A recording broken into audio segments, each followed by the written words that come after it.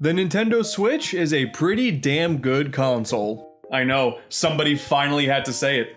You got great first-party games, arguably the most quality third-party games of any Nintendo console out there, and indie games up the wazoo. Holy cow, Switch is absolutely my indie game machine. It is perfect for those. Take one trip to the eShop and it's not really that hard to feel overwhelmed. Super simplistic in design for sure, but oh, so many quality games, just a few button presses and a payment confirmation screen away. All it's missing is some cool music. The Wii U did something better than the Switch, I'm just saying. Recent releases, coming soon, featured, all quality ways to spend your time. Great deals though, that's where things get a bit spicy.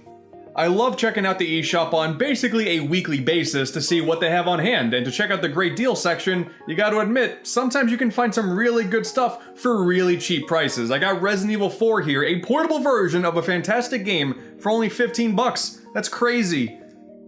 I needed a 5th copy of this game.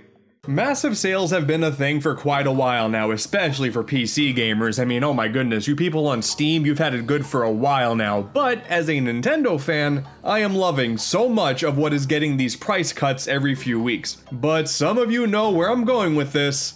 Bouncy Bob. 2 words that strike fear in the heart of Switch fans everywhere. Sorta comes off as a mobile title that was shoddily ported over to the Switch, but the reason it has any form of notoriety in the first place is because it is regularly on sale for a whopping 10 stinkin' cents. Bad games sold for really cheap. That's practically a tagline for the great deal section of the eShop. There's so much good you can find on this service, but I gotta tell you, my morbid curiosity finally got the better of me. I just had to see the other side. The games featured in this video are going to be solely digital, as well as for the most part Switch exclusive, so only bandwidth space and a couple of Joy-Cons are strong enough to handle these bad boys. I know a lot of you guys want to see me talk about Garfield Kart Furious Racing, but it got a physical release, so it's disqualified. One day, but not today. A big thank you to everyone who offered suggestions on my Twitter a while back. Because of all of you, as well as some of my own research, I spent a whopping $100+ on some absolute filth. Due to the nature of some of these random sales, it is kinda hard to put an exact price on everything at the time you're watching this, but trust me, I dropped $150 on eShop credit, and more than 2/3 of that went to the titles in this video. I wouldn't lie to you here. This is too important of a topic to discuss. And then I bought Kirby Fighters 2 with some of the money that was left over. Now that's a good game. Listen, the Switch eShop has more great games on hand than any previous Nintendo digital store before it, but quality control was never really that company's strong suit. Here we have Jigsaw Masterpieces, which is probably a fine game, for only 9 cents right next to Resident Evil 4. Incredible. I know making a video game is hard, so my goal here isn't to crap on anybody's hopes and dreams, but once these products start asking for money to access them, they are ripe for criticism as far as I'm concerned. Although you can download Angry Bunnies for free, so I guess that nullifies any criticism I could give it if I go by my own rules. Yep, I got nothing at all to criticize here. My morbid curiosity just had to see some of the gold that's been under our noses this entire time. Hey, do you remember when Nintendo charged money for Mario Clock on the DSiWare store? And that was one of the good ones too. When looking through the eShop, there was one game in particular that really stuck out to me, the game that was kind of the influence for this entire video. It's the most expensive one in the entire list of games for this video, as well as potentially the most offensive. Fight of Gods, a god-themed fighting game. Okay. Oh boy, when the title screen is preceded with a warning, you know you really hit the jackpot. You see, it says the team has no intention of offending anyone, but if we watch the trailer right after this really dope Jesus reveal, you hype him up by saying he's back and he's cross. Oh my god. Literally. As for the game itself, I don't know, man. I'm not much of a fighting game guy, but it does function like one of them. You pick one of your favorite gods and do battle with other gods. How can I say no to my boy Santa here? I'm gonna have him destroying others with his reindeer army. I couldn't not do that. Oh, hey, look at that. We got Rudolph up in front too. That's an attention to detail that I can appreciate. Is it a solid fighting game with really good fighting mechanics? No. No, of course not. As a total goof, however, I will admit this has been a fun game to show off to some friends. And in the PC version, unlike the Switch version, there's actually online multiplayer. So if you want to lay the smack down with Mr. Claus with people from all across the globe, cause who hasn't had that thought, here you go. If there was online multiplayer in the Switch version, I may be singing a different tune, but sadly, that's where we are. Oh my god, he's back and he's crossed. That is a level of cleverness I didn't think was achievable up until now. Oh my goodness. Now when I read the title Croc's World, oh boy, I gotta tell you, did I ever get excited. This is more like it here. I loved Croc. Absolute PS1 classic. The sequel wasn't half bad either in my opinion. Oh yeah, Croc is back, baby. Oh, that ain't the right Croc. I guess calling this garbage wouldn't really be fair because it does work.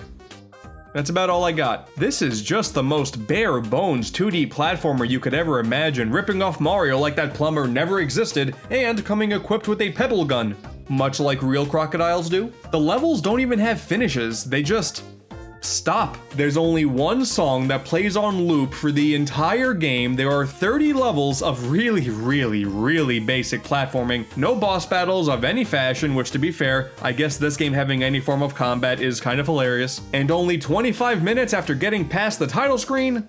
Alright, look at that. Game finished. Okay, I can't get back to the menu though, but I keep changing the background. That's kind of weird. Oh. Well, there's that. Amazingly enough, there are actually a handful of these games. This is so weird. There are 3 Croc's World games and we only got to Croc 2 on PS1. That's an insult. Similar to Bouncy Bob, this definitely seems like a prime example of a mobile game being thrown onto the Switch with barely any effort. That's not a practice that's inherently bad. I've played plenty of really basic platformers on the Switch and they can be enjoyable if they're fun. I know, that's a novel concept. But nah, if you got a hankering for a platformer that's crocodile themed, go and stick to the original Croc instead. Glad I finally got to say that out loud. Next up we have Nikki, also known as Nikki the Home Alone Golf Ball. Well, right off the bat, we already see some character customization. This is already looking way better than the last one. Hi Nick, good to see you are finally awake. Now, let's get back to business. Oh no, I take it all back. No other voice has ever instilled as much terror in no time flat like... Nikki, let me give you some advice. Don't be curious. So on paper, this isn't that terrible of an idea. You use some pseudo-standard golf controls in a platformer setting. I actually like that it's trying something new. Our goal is to make our way to a party where all of our friends are at, and naturally, it is a massive adventure to get there. And that quest to get to that party probably gave me the worst anxiety I have felt from a video game in a very long time. This gameplay style is so obviously not designed with fast-paced, precision-based platforming in mind, and sure enough, that's what we got. Oh, I remember. Nikki, I remember. And stupid old Microsoft Sam will not shut up, and that doesn't do the game any favors. After like 10 minutes of swinging myself around in the house mindlessly, we finally made it over to the roof, one step closer to getting to that party. Next up, we just gotta go across some electrical lines. No big deal. Did a golf ball just cause a bird to explode? You absolute maniacs, you can blow up birds in this game. They put them in your path and it's next to impossible to avoid them, so by design, you're supposed to blow them up. How'd you let this happen? Oh man, this part. Okay, so there's a handful of pipes, right? Where only one is the way to progression, and the others will send you way back in the level where you have to do really obnoxious platforming all over again, and the only way to figure out which pipe is correct is by trial and error. Did I mention this game gave me anxiety? But I can definitely say with enough perseverance, you too can make it to that party. It only took me 576 swings to get there, but I finally did it. Now let's put Nikki in Smash. Now I couldn't possibly pass over this next one. One of the most common suggestions for me to check out was piano. Seemed pretty self-explanatory. Oh, finally, a video game console that can teach me how to play piano. Oh yeah, forgot about that thing. Piano comes with a free play mode, so you can anything you wanty. Whoa, anything I wanty? I just want to let you know before we dive into this that normally they charge $10 for this. I really want that information out there real quick. Okay, we're into the game. We got two options here. We can play the piano or we can learn to play the piano. Okay, well, I'm not too good at it, so I may as well learn. Oh man, okay. I didn't know piano on Nintendo Switch had my jams. We got Happy Birthday to You. London Brig is falling down. Old MacDonald had a fram. Absolute classics. Oh man, and this key layout, this is giving me pain. How much does this cost again? Oh, that's right, $10. Yeah, money well spent, I guess. That's it. That's the whole $10 piece of software here. You can either play the piano mindlessly or have the game tell you which notes to press in a specific order without a rhythm to it, so the songs that you're trying to replicate doesn't sound right anyway. What is totally bizarre is the company that published this, Sabic, has way more eShop games than I ever could have anticipated. Holy cow. Well, I guess saying games is kind of pushing it, but I digress. There are too many to choose here. I had to go for one more, just to please my weird, morbid curiosity. Let's get Tennis Go. Because in the back of my mind, I would be playing Mario Tennis Aces on the same console and think, no, I want a bad tennis game. And if you're like me, then boy, this is the title for you. It's tennis. To the game's credit, this is normally $1 less than piano, so for only $9, you get to play singular games of tennis with a handful of different skin options, 0 unlockables. That's it. How does this company keep pumping these games out and charging so much for them and clearly getting away with it? It's because normally these games are a whole lot cheaper. These are the games that are on sale all the time. So by the time you're watching this, they may not be $9 or $10, but even for the $1 you might find them for. Yeah, absolutely not worth it. Sabic, more like these games make me sad. Ick, I got nothing. But if we're talking about Nintendo Switch eShop garbage, we can't forget about the granddaddy of them all, Vroom in the Night Sky, releasing all the way back on March 3rd, 2017 in Japan and Europe. That's right, everybody. This is a launch title. Vroom in the Night Sky became infamous right out of the gate, and honestly, I avoided it for so long as a result. Everyone said it was bad. Why would I give it a shot when there are so many better options? Now that I've finally given it a shot myself, yeah, I can see why. It's not good. Fly through the rings. There you go, that's the whole game. It's about as bare bones of a Superman 64 styled game as you could possibly imagine, but the dialogue that pops up every now and then, this is what I'm interested in. Let's see what they have to say here for the deep plot. I'll never lose. What are you saying? Is here a camel there? I've never seen here. Tut. Magical Girl is a comfortable job. Did you? There is only one tree. That's how it is. And people say this game is bad?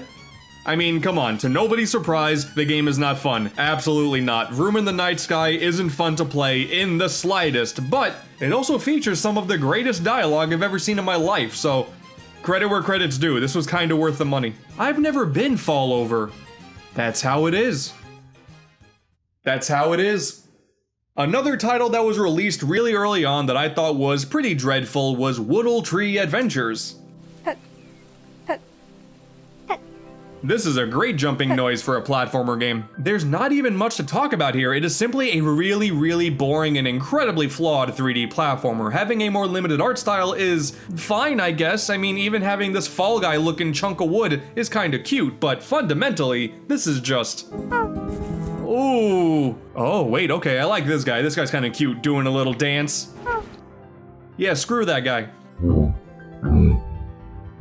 I'm sorry, sir, do you have indigestion? Attacking with your leaf doesn't feel good, the platforming and the weight of your character doesn't feel good, this one guy doesn't like being hit, and before I have a chance to grieve with him, something else kills me, and now I'm at the beginning of the stage. Fun. There's definitely something here, but oh man. This ain't it. But to my surprise, there's actually a sequel, Woodle Tree 2 Deluxe. Okay, well, I'm already way too far deep into this rabbit hole.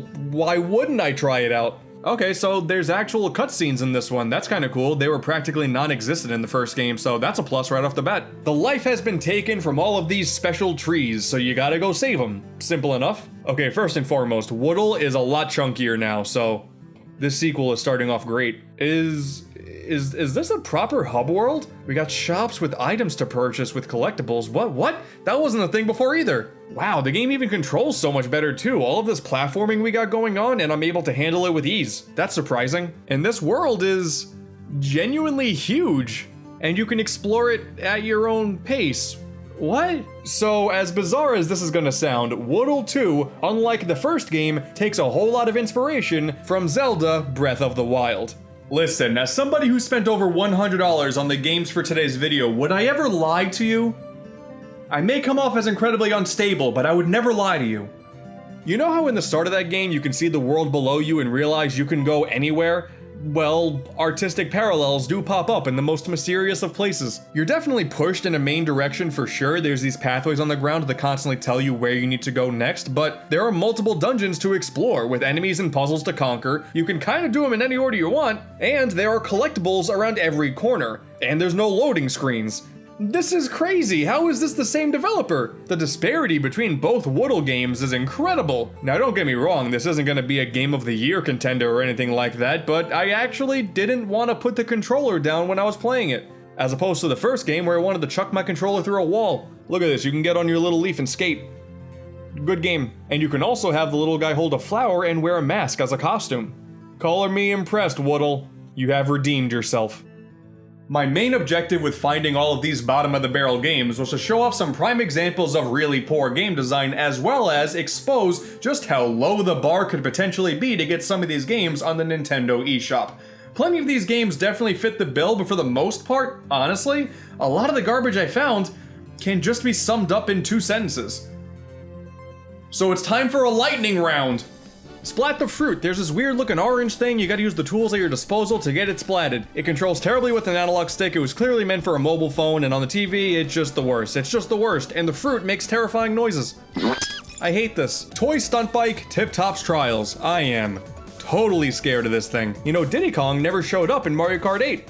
Looks like this is the reason why.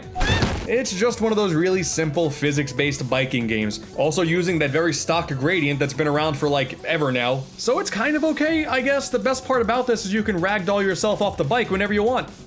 Easily the best part of the whole game. Preventative Strike, a shooter with a really bad frame rate where things are coming at you from every single angle with like no way to properly take them down yourself, meaning it is a losing battle every single time, and the game is so loud, oh my god, I can't hear anything. Crypt of the Serpent King, a pretty good idea, I will admit. Randomly generated dungeons where you gather keys and take down enemies, pretty cool stuff, but hey, don't get too surprised here when I say this, it controls really poorly. Also, by default, it's stupid dark. Oh my goodness, I get it, atmosphere and whatnot, but you can barely see what's going on. There you go, now that the brightness is up, I can finally see what I'm doing. Oh. Goodbye then. Okay, it took long enough, but I finally have all the keys to level 1. What is behind the magical locked door? Oh, look at that. A guy. Rest in pieces. The Bullet, Time of Revenge. Just this massive, ridiculous cluster of a third-person shooter that uses stock assets from the Unity engine, an asset flip, as it's called. That is pretty damn shameless, if you ask me. Pizza Parking, a park the car simulator. I guess not the worst thing in the world, all things considered, it controls decently. And there's also multiple vehicles, so the variety is definitely there.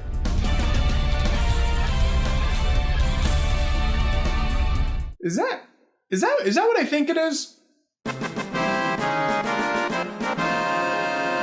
You put in the Final Fantasy jingle. I don't know if that's legal. And the culmination of all of my travels came with one hell of a grand finale. And I know you shouldn't judge a book by its cover, but sometimes you can't help it. Ladies and gentlemen, say hello to Pooplers. I am not coming out of this the same man as I was when I went into it, am I? Listen, let's be honest here. If this comes across your screen when you're searching for games to buy, you gotta have some form of curiosity here, no matter how morbid it may be. Let's see how they try to sell the game here. There is a trailer to check out. Rated M, blood, crude humor, and violence. What? The listing says E10, but the trailer says M. How did that happen? Okay, yeah, now I have to play it. Oh yeah, absolutely. First things first, we gotta keep the fart volume at max. I am here for the full Pooplers experience. Don't you forget it. Oh, finally! Baby customization. Exactly what I wanted to see. A Make Games Great Again hat. Oh my fight of gods. You know, I guess I'll give the developers credit. There are a lot of options on hand and a few different arenas to play in. That's kind of cool. They really wanted to give this game a lot of replay value. Sorry, I couldn't say that with a straight face. I can't wait to, I guess, see what this game is like. This is taking a shockingly long amount of time to load, though. You know, I know some Switch games have some loading issues, but I figured this would at the very least... Oh no. Okay, so the objective is much like Splatoon. Keep pooping your own color around the floor, and whichever one of you has the most amount of poop coverage wins. It is exactly like Splatoon. Now you may think it's an issue that all of this poop comes in different colors. Yes. One word of advice though, you gotta avoid the mother, absolutely. She is not too happy about what's going on. Oh no, not about all the poop, that's fine. It's the babies being out of their crib, don't be foolish. That is the thing we gotta stop. Stop it. I guess if the babies are in their crib, then they can't poop, right? That's how babies work? Oh, and yeah, and when you grab the meat, you do double size poops. I mean, I guess that makes sense. After what feels like an eternity, my baby, as expected, reigns supreme. Wouldn't have had it any other way. I am the champion of pooplers. Just another word of advice, don't look into the mouth of the baby for too long. It's a portal to an alternate universe. Pooplers. And people say there's no more original ideas in the world of gaming. Alright, I did it. I talked about a whole slew of bad games in one video for the internet. I finally did the thing. I finally did the YouTuber gamer thing. Do I get a prize? I'm sorry, I see you're starting a new game of Pooplers. I am gonna beg you to not do that. I am gonna cry. Alright, I'm gonna say it once again, the Nintendo Switch. It's a pretty awesome console. I know, it's a major hot take. Try and stop me from saying such hot takes. You won't. Last year, I did something that realistically no sane person should do. I ventured onto the Switch's eShop and started scrolling down the seemingly endless list of games you could find in the quote, great deals section, and oh man. The year may be different, but the mentality remains the same. I love exploring the Switch's eShop, truly I do. Mostly because of the amount of fantastic indie games and hidden gems. It's kinda ridiculous. Baba Is You, Death's Door, Unsighted. It is realistically possible to spend hours upon hours going over how many awesome indie games are on the scene nowadays. But nah, let me spend $10 on Calculator instead. Oh, why am I like this? There's a certain level of garbage gaming that I can't help but be attracted to, you know? It's like a car crash that you can't avert your eyes from, except said car crash is playable, but not in a fun way like Burnout. Listen, all I'm saying is, over the last year, I've had like a dozen of my friends play Pooplers with me. I'm just saying, I'm that weird guy at parties. So, I am back at it with my shenanigans once again. I got a little over $100 to play with on my account now, and I'm gonna try to dig deep, very, very deep into the trenches to find those games that really make you sit back and ask yourself, why? Why did Nintendo allow this on their store? Why did the game developers think the work that they did was acceptable? Why is the Calculator app being sold for $10? As someone who actually bought the thing, don't be like me, alright? Don't be like Ant Dude, showing up to your classroom with a Switch to cheat on your math test. Get the hell out of here. So, for the list of games today, I am sticking to basically the same rules as last time. Console exclusivity is so fluid nowadays, but the aim is to remain mostly Switch exclusive, as well as games without proper physical releases. We're staying eShop exclusive as well. A lot of these games also go on random sales all the time, so while I did spend close to $100 for this video, the actual value of the games when you're watching this could be different on any given day, so I could have waited for a Calculator to drop back down to $2 like it has before,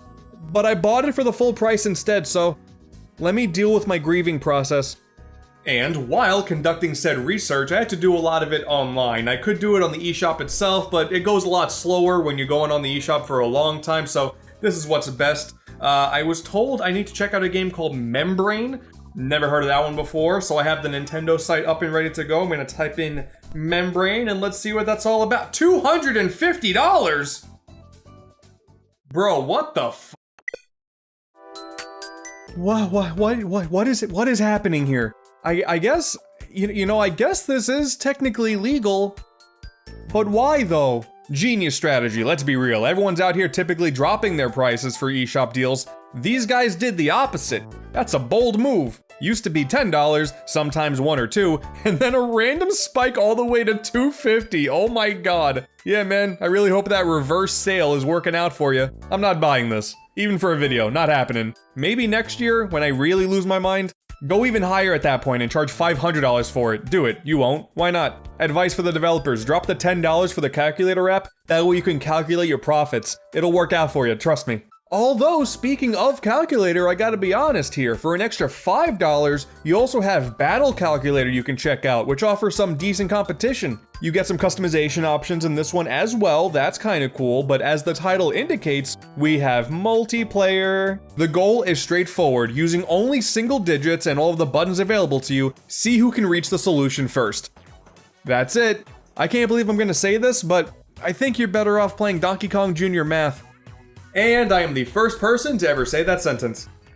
Circling back once again to the original calculator though, those who watched the first eShop video already know who's responsible for this. Sabic. The same Sabic that also brought us Piano and Tennis Go from that first episode? Yeah, the same Sabic that also released a guitar app for the Switch where an eShop screenshot is an unedited Windows screenshot? Absolutely, the same guys. This time last year, Sabic was responsible for 34...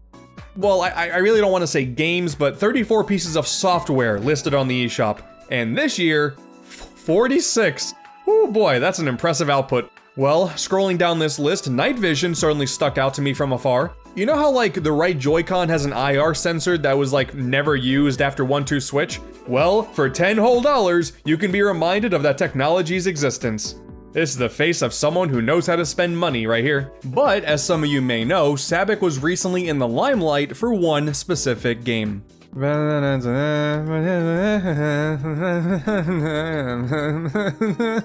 Oh god.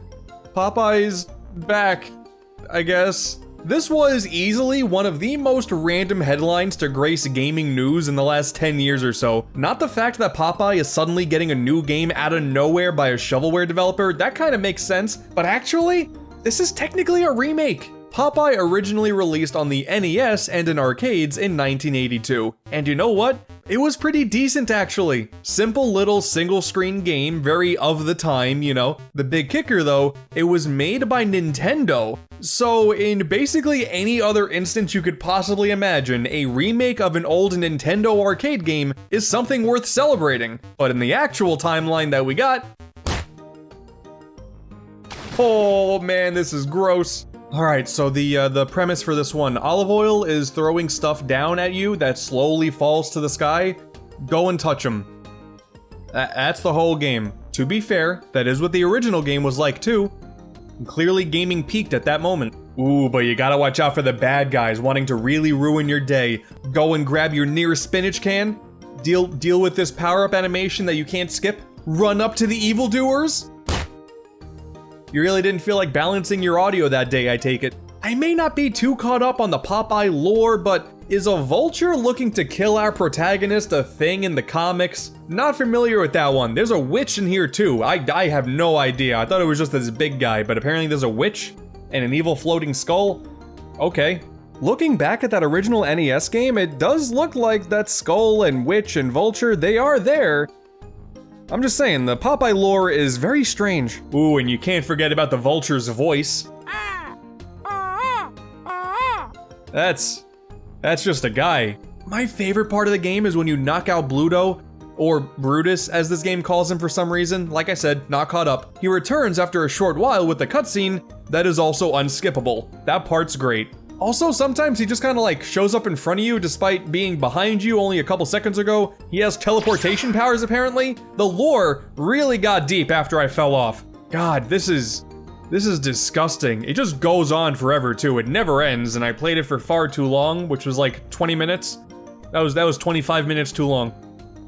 I am not one to disparage indie developers for wanting to achieve their dreams. There are so many indie games available on the Switch and every other console out there that I think are worth supporting 100%. I am all about that. But that being said, Sabic? Stop. I don't know if you thought getting the Popeye license somehow was gonna be the thing to make you seem a whole lot more credible in the eyes of the everyday gamer. It didn't.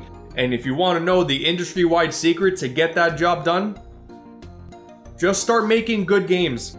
I had heard that this Popeye game is also a bit of an asset flip, and while I can neither confirm or deny it at this current point, it really wouldn't surprise me seeing the quality of that game. But, speaking of asset flips, some of you may remember in my original eShop escapade, I briefly mentioned the game The Bullet: Time of Revenge, an obvious asset flip. Essentially, for those who don't know, the Unity engine gives you a bunch of pre-made assets, and rather than actually do something creative with them and learn how game development works, you know, you can just flip it and use the same assets with no changes, charge money for an already created game.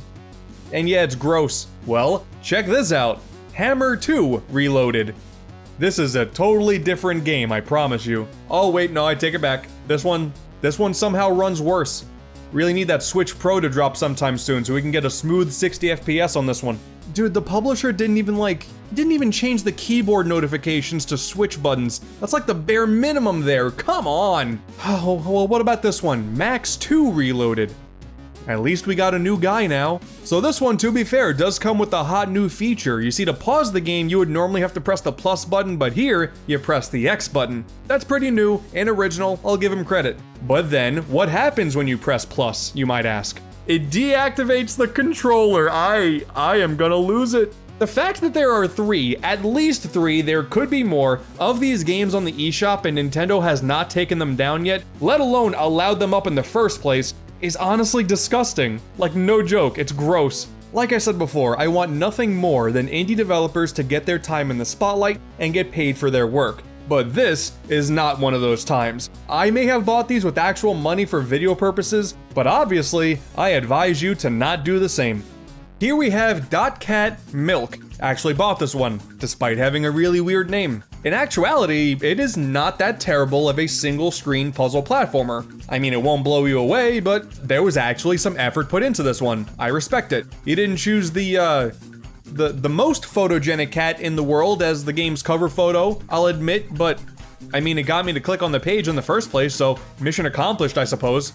Ham Puzz. You know what? This one's actually alright. Another little puzzle game that incorporates platforming with a match 3 puzzler. That's a really unique idea, and it actually kept me pretty invested. I just can't help myself with the name Ham Puzz, because that name sounds like it could get me demonetized real quick, and I hope it doesn't. Next up, okay, well, take a look at this one. It looks like one of those really basic motorcycle physics flash games, right? We've all played these in school when we weren't supposed to. I get it. This one in particular is pretty rough around the edges, but you know exactly where you're getting with something like this.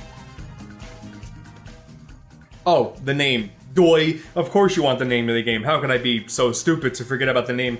Yeah, sure, no problem. This game is called Mountain Bike Hill Climb Race Real Physics Fun 2D Arcade Speed Drive Dirt Racing Games. Yes, I'm 100% serious. I mean, it's not as eloquent as something like Excite Bike, but it still gets the job done, you know? Usually, I do like to shorten the name of the game, though. I like to go by MBHCRRPF2ASDDRG for short whenever I'm hanging out with buddies. Can't believe I had that memorized. Cow Catcher. You'll never guess what this one's about. Unbelievable, you did it! You bought this game. You pressed the buy button. Seriously. Yeah, that's a good sign. Oh. Oh my. Alright, so, pick your favorite cow, wait for the rope to figure out what it's doing, then deposit said cow in the corral, get a bunch of them in there, and then you achieve your goal. There's even some extra hidden goodies spread throughout the lands as well. Ooh, collect-a-thon. Gotta love the draw distance too. Should've had some of that staple N64 fog to go along with it, you know? Is Cow Catcher garbage?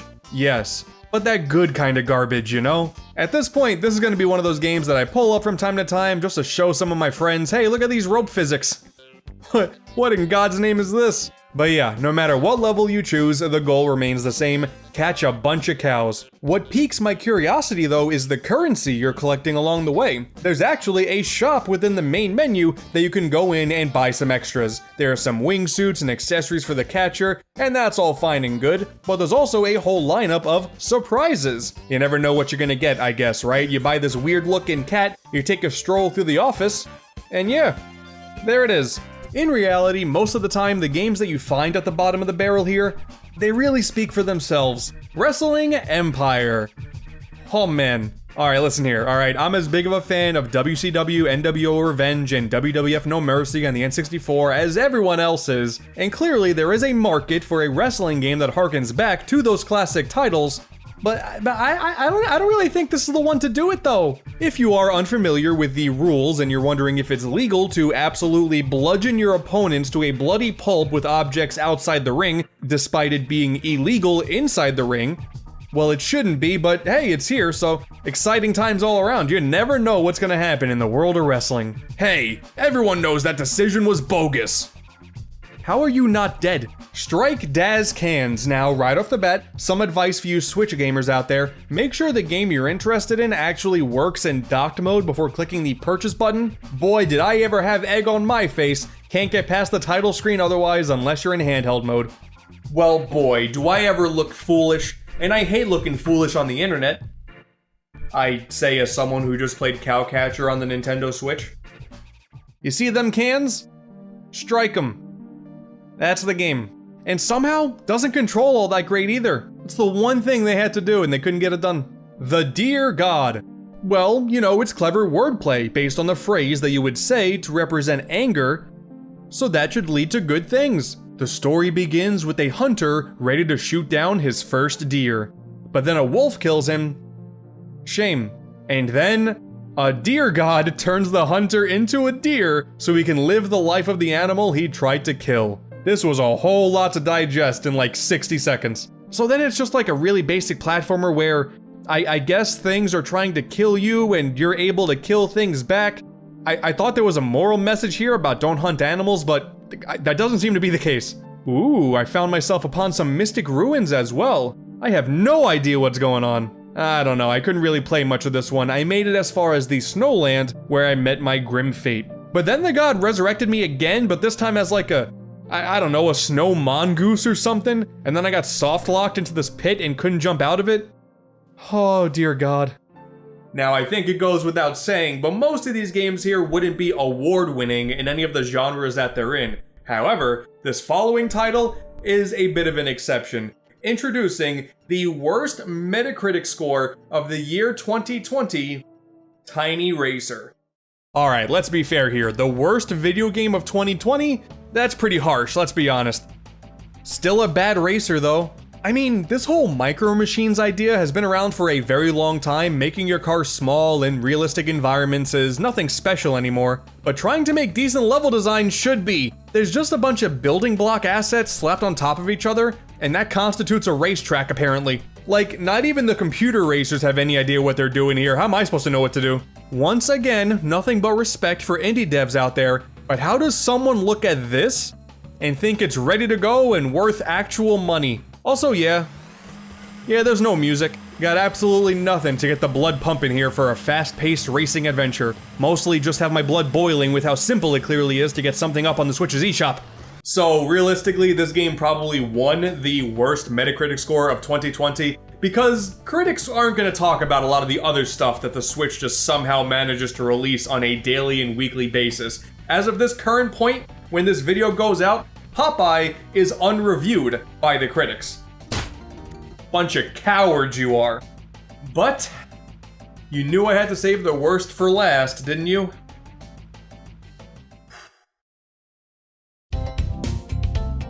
Why yes, graphic design is my passion.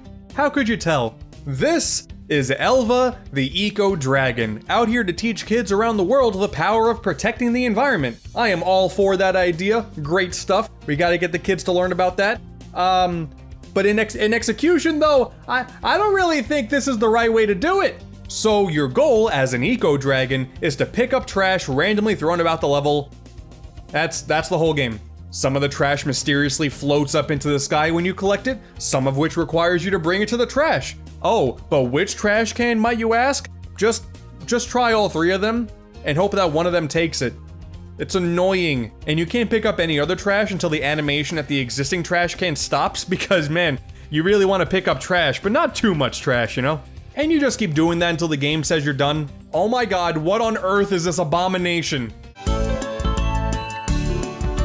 You probably noticed by now there's this little girl character on screen at all times.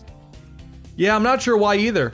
Man, what is this user interface? This can't be real, this is a fever dream. For being a game all about the environment, there is certainly a whole lot of litter cluttering the screen. Am I right? Let me just go ahead and plant some of these trees in the concrete real quick.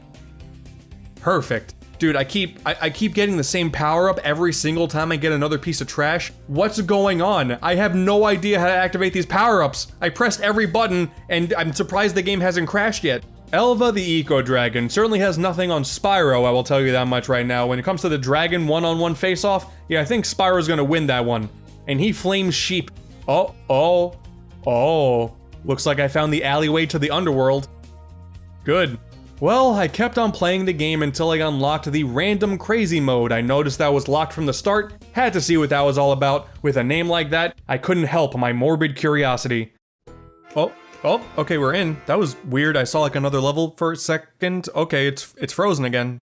Okay, another level. I'm not editing this. Okay, I'm not editing this footage. This is actually happening. Oh, it's just loading levels constantly. This doesn't seem. Oh. All right, you know what? Maybe benefit of the doubt. Maybe that was just a bad run. Let me try again. Oh man, no, it did it again. It loaded up. It's just okay. The whole random crazy thing means it's just gonna keep loading levels. I'm actually able to play the game now. That's so... What? Just sometimes the game will run and sometimes it'll... Okay, yep, like that. Oh, I thought it was frozen. No, it's still... Oh my god! Oh my god! Oh, it's just doing this! I can't control it! Oh, it didn't crash, but... It's frozen now. Random crazy mode. I guess the mode didn't lie. What a load of bullshit. The Wii U and 3DS combo was such a special generation for Nintendo. Sure, sales-wise, they both fell short of their previous iterations. I almost forgot the 3DS only sold like half of the original DS.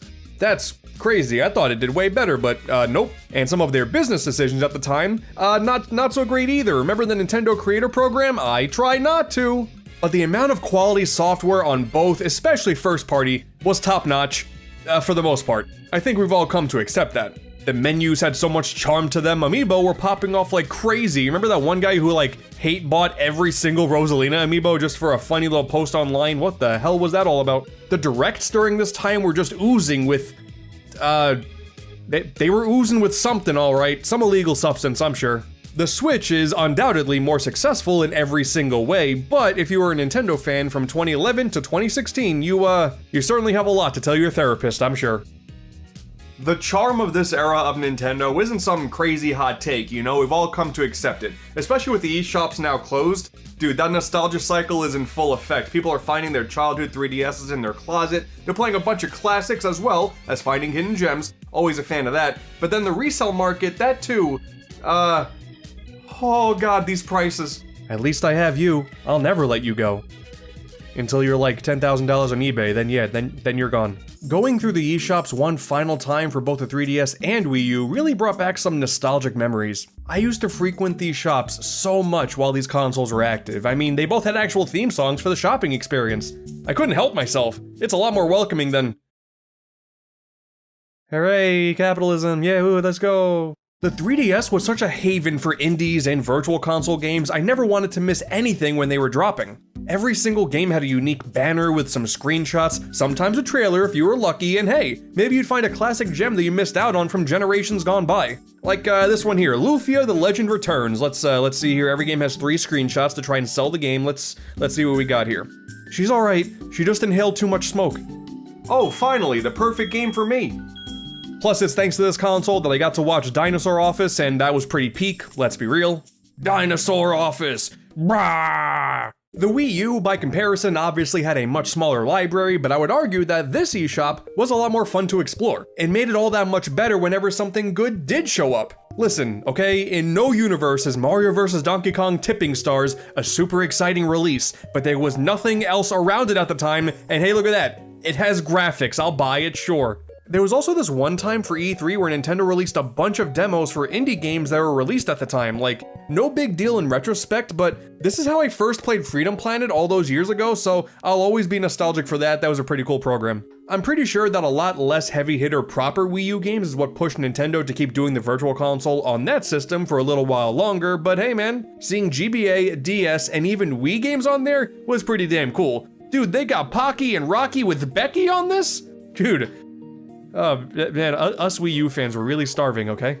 Man, you remember how, like, you could search for 3DS games on the Wii U eShop but not purchase them? What the hell was this company doing? Remember how stupid Wii Sports Club was handled? Sure, nowadays with a physical copy, it is very easy to get a full complete game out of this, and when you do, you got a somewhat decent HD remaster of the original Wii Sports. It's fine. Whatever. It's a dumb call after Wii Sports Resort expanded on that idea greatly, and it was actually a great minigame collection instead of just a bare bones 5 minigame sport pack, but hey, whatever, it is what it is, I'm not mad about it. Club included online play. Not like you'd really know about it because who was playing Wii Sports Club in the 2010s online, but hey, it was there. The thing is though, when the game first dropped, there was no physical edition and only 2 of the sports were available digitally and individually. They would cost you about $10 each for a single pass that you can access the game whenever you want going forward, but you could also like rent the game for a day for $2. Huh? It really took a disgusting amount of time for Nintendo to figure out this whole digital distribution thing, and it's a shame that a Wii Sports sequel was essentially sacrificed along the way. Good to know Nintendo has since learned their lesson and wouldn't do anything stupid like this again. Oh, damn it. Now I could sit here and do the whole, these are the hidden gems that you should have picked up when you had the chance. I could have done that whole thing, but you've seen that a bunch by now. I'm not gonna do that. If you know me at all, you know that I am way more interested in the games that Nintendo even dared to allow on their eShops in the first place, because, oh man. Listen, first and foremost, not to belittle the difficulties of game development. I'm not trying to make that whole thing seem like a big old joke, and if any developers out there are watching this, I'm sorry to put you on blast, but you know, some of this, you kind of did it to yourself. Besides, it's not like I'm affecting sales anyway. Yell at Nintendo for closing the eShops, not me. I'm not affecting nothing. You can't buy these games now anyway. And also, let's continue to be real. These games aren't really gone if you try hard enough. Listen, it's surprisingly easy to mod a Nintendo 3DS, that's all I'm saying. The act of supporting games that are readily available by purchasing them is something I am totally in favor of. I was doing it all the time, I continue to do so. It's my favorite way to support the developers putting out games that I want to play. But that being said, PDI check was $100. What the f? Oh, come on, that's not even the right console. PDI check in collaboration with the Alaska Children's Eye and Strabismus. Happy holidays, everybody. Merry Strabismus. This is the title screen. Okay, I thought like the graphics were still loading here, but nope, this is it. Start. Click the one that's different, I guess. Success, okay. What? Okay, maybe I just have to do a different challenge. Okay, the test wins. I genuinely can't tell what the difference is here. Try again. What am I supposed to do? Which color is different? You know what? I think Alaska wins. I'm not gonna succeed Alaska's test, I'm sorry. Eventually, I just had to keep clicking on random things so I could succeed on all of the tests and see what's happening at the end. And hey, look at that, nothing. $100?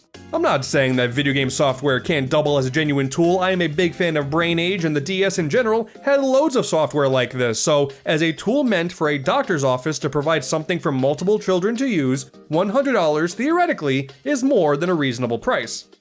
But why is this on the 3DS eShop for personal use? None of you out there bought it. Unless you have a weird morbid curiosity and $100 to spare, you did not buy this, and if you did, you are lying. I don't trust you. My guy, over there at PDI Check, you have a website. This could have been handled with basic HTML. Maybe you should have tried again when you had the chance. This is a sin. The 3DS was this odd stretch of time where industry analysts, who always know what they're talking about, kept claiming that the rise of mobile gaming was going to be killing the entire dedicated handheld gaming space. And I mean, over 10 years on, they weren't entirely wrong, but still, for the few years that Nintendo tried proving them wrong with their top-tier retail games, they certainly put out some questionable digital ones at the same time. I got it. I got the perfect solution to fix declining sales. Nintendo says, filled with excitement and joy. Kersploosh. It's called Kersploosh. Kersploosh. In Kersploosh, you are a rock and you fall down a hole. That's it. Oh, sorry, you're not always a rock. Sometimes you're a bouncy ball. Sometimes you're a Matryoshka doll. Sometimes you're a water drop. Don't be the water drop. They all play slightly differently, with different handling and health amounts, and it's all about getting to the bottom of the well as fast as you can. And it's a completely dreadful experience. It is so hard to see where you're going, and then they start throwing in these fake donuts made of metal while encouraging you to go through the real donuts. Just pray to God you actually don't bounce off of them. Did they pick donuts because they were just so quirky and funny? Haha, it's so quirky and original. 20 minutes later and I did all the stupid stages and I'm done. Cool. This got a spot in a Nintendo Direct. Man, times are different. Thankfully though, unlike PDI Check, that one was pretty cheap, so whatever, I guess. But for the most part, any of the cheap games that you found on the eShop really felt like a lot of low quality garbage that you would see on phones nowadays. Azure Snake. It's Snake.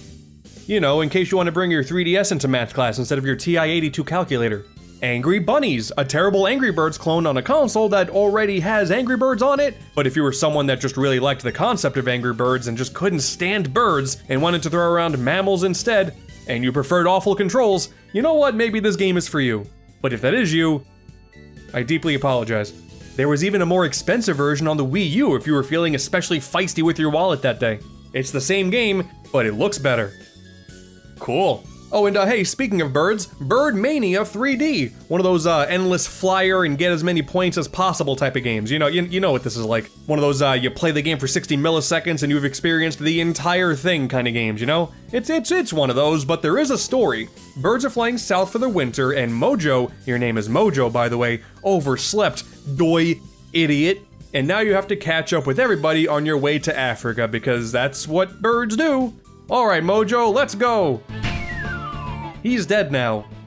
Yeah, I don't know, man. I guess the game is fine, but it's just missing a theme. Like, I just wish there was some sort of cohesive theme that tied everything together that made me feel jolly. Like, maybe if it was Christmas themed. Oh my God. Dude, let's go! Birds are flying south for the, annual vacation to Africa this time. Okay. I can go with that. I guess the whole flying south for the winter thing, if we're already on December 25th here, doesn't make a whole lot of sense. It's the same game, just now there's snow. I love video games. I know it's crazy. I can't believe Nintendo would allow this game on the same eShop they had Mario Clock and Calculator on. What are the odds of that? Probably the most disappointing proper Nintendo release on the eShop is Chibi-Robo Photo Finder, and trust me, it brings me no pleasure to say this. In this adventure, Chibi-Robo is working with a museum curator to collect a bunch of nostalgunk, relics from the past. And since you can time travel, I guess, it's up to you to get the job done. What transpires then is a game all about throwing a bunch of shapes your way, and you gotta take pictures of items in the real world that fit in those outlines. And just pray to God the shoddy 3DS camera actually picks it up. If it was just that, this would be simply another pointless photo app right alongside Photos with Mario. Remember this thing? Of course you don't. There are actual mini-games though. Here's a shooting one, guess how long this ruler is, and I mean, hey, it's functional, but the time in between these minigames is just so long and damn tedious, and anytime you just run around, it makes me sad that this little robot never got the love that he deserved. Honestly, I'ma say it, Photo Finder is worse than Ziplash. It's not like either of them are good, but at least Ziplash is its own thing. Photo Finder shows the potential of this franchise on a handheld. It's in 3D for crying out loud, but it's just a 3DS gimmick showcase, and it doesn't even do a good job of that. And like I said, now I'm sad. I'm gonna go play some more 3D Classics Urban Champion to cheer myself up. I guess this one really shouldn't count since Garfield Kart did get a retail release. It's not eShop exclusive, but I think I would be a little bit too embarrassed to allow this game into my house, so I'm going digital with this one. Here we are. So it's a Mario Kart clone, obviously. Can it really be as bad as everyone says it? Yeah. Yes it is. So for one, no multiplayer. Because why would you want that? This game is too good for more than one person to handle at a time. Look at how excited Garfield is. This ain't Monday in his world. Oh, it's like a Friday in this world. Look at that smile. That's me. That's me excited to play this game right now. I want to die. Wow. It's truly remarkable how boring this game is. All of these tracks are just so barren and lifeless. Oh. Okay then. I'm not proud to admit that I played this game for more than a half hour, but hey, I needed a reason to reconsider my life choices anyway, so this helped with that. The items are incredibly unbalanced too. Like, Mario Kart has this formula down, so much so that you don't really even think about it. If you're behind, you have a stronger chance of getting better items to help even the score. Yes, it does add random chance into the equation, and it's not all skill-based, but it is for the best, because again, even playing field. If the game is just you holding the acceleration until you get to the end, that's not better. And why is this Garfield anyway? Why, of all franchise, the fat lasagna cat? Oh wow, it's a funny orange cat that hates Mondays and loves lasagna? Put him in a car. And why did they make a second one? Yeah, okay, yeah, Garfield cart, really bad. What a surprise. Something new, please. Escape from Forest. Oh man. They couldn't even get the current score and max score counters to sync up. I am so tired. So in this one, you're automatically running forward and it's up to you to avoid the things, but what things are safe and which aren't, I don't know. I feel like I'm just running into these trees all the time, but I'm totally okay. God, next. Fat dragons. We out here body shaming dragons now? It's just balloon fight but with dragons. Okay, is the idea that you're so fat that you crush your enemies from the sheer weight being thrust onto their shoulders? I guess that's the case. The magic hammer. Immediately, I'm already kind of impressed. I mean, the game has a functional user interface. At this point, I'm stunned. Create your character. Yeah, that's me. Okay, speak to the village elder. Sure, I can do that. You know, right off the bat, it is quick to assume that this is some sort of Minecraft clone, but no. You ever play Dragon Quest Builders? It's more like that. A bit of an action-adventure game that just so happens to take place in a blocky world. It's been 10 seconds, and I'm already lost. I don't know where this stupid elder is. All these villagers just want to trade items. No one's telling me anything. There's no magic hammer in sight, so for one, I am very thrown off. Which one of you stupid blocky idiots is the elder? Oh god, okay, you, finally, I got lost. This whole village is like 2 square feet and I got lost, but okay, hello. Oh god, okay, finally, with the magic hammer in tow. Okay, now what? I am sad to report that I am back to not having a single idea of what to do. Guess I'll go brave the wilderness. Oh no, enemies, back off evil fiends and face my hammer. Huh, alright, that wasn't too bad. What is Crimson MacGuffin? Oh god. Okay. You know, I suddenly have this major urge to play Minecraft. I just really want to play Minecraft on the Nintendo 3DS, but all I have is this crappy old 3DS. It doesn't run on here. As for the new 3DS, I don't want to play this stupid thing. I want to play this stupid thing. If only there was some way we can meet in the middle here. Well, do I ever have the game for you. Am I finally going insane? Oh, this ain't your granddad's Cube Creator, it's Cube Creator 3D. Oh god, why? Of course there's a Minecraft clone on this stupid console. It would be weirder if this didn't exist. You know, Minecraft did release on the 3DS, but it was that stupid, pesky new 3DS exclusive. There's only like 4 of these games, and you would only know about them because they put their stupid spine on the wrong side of the stupid case. What are us poor, stupid, original 3DS users gonna use? This, clearly, it's not, God! You know what? I really have no idea how they did this, but this is one of the worst feeling first-person games of all time. And it's here in the palm of my hands. It's all just so loose and floaty, and for the mining and or crafting, sure, whatever, you don't need to be precise, but combat? They want me to do combat with this? Oh, ha! Okay.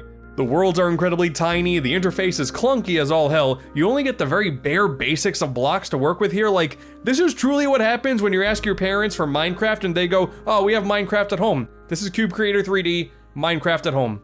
Bit Dungeon Plus. This is the loudest title music of all time. The more times you play, the more ruins you will be able to unlock. Why is this the ugliest formatting of an 8-bit text of all time?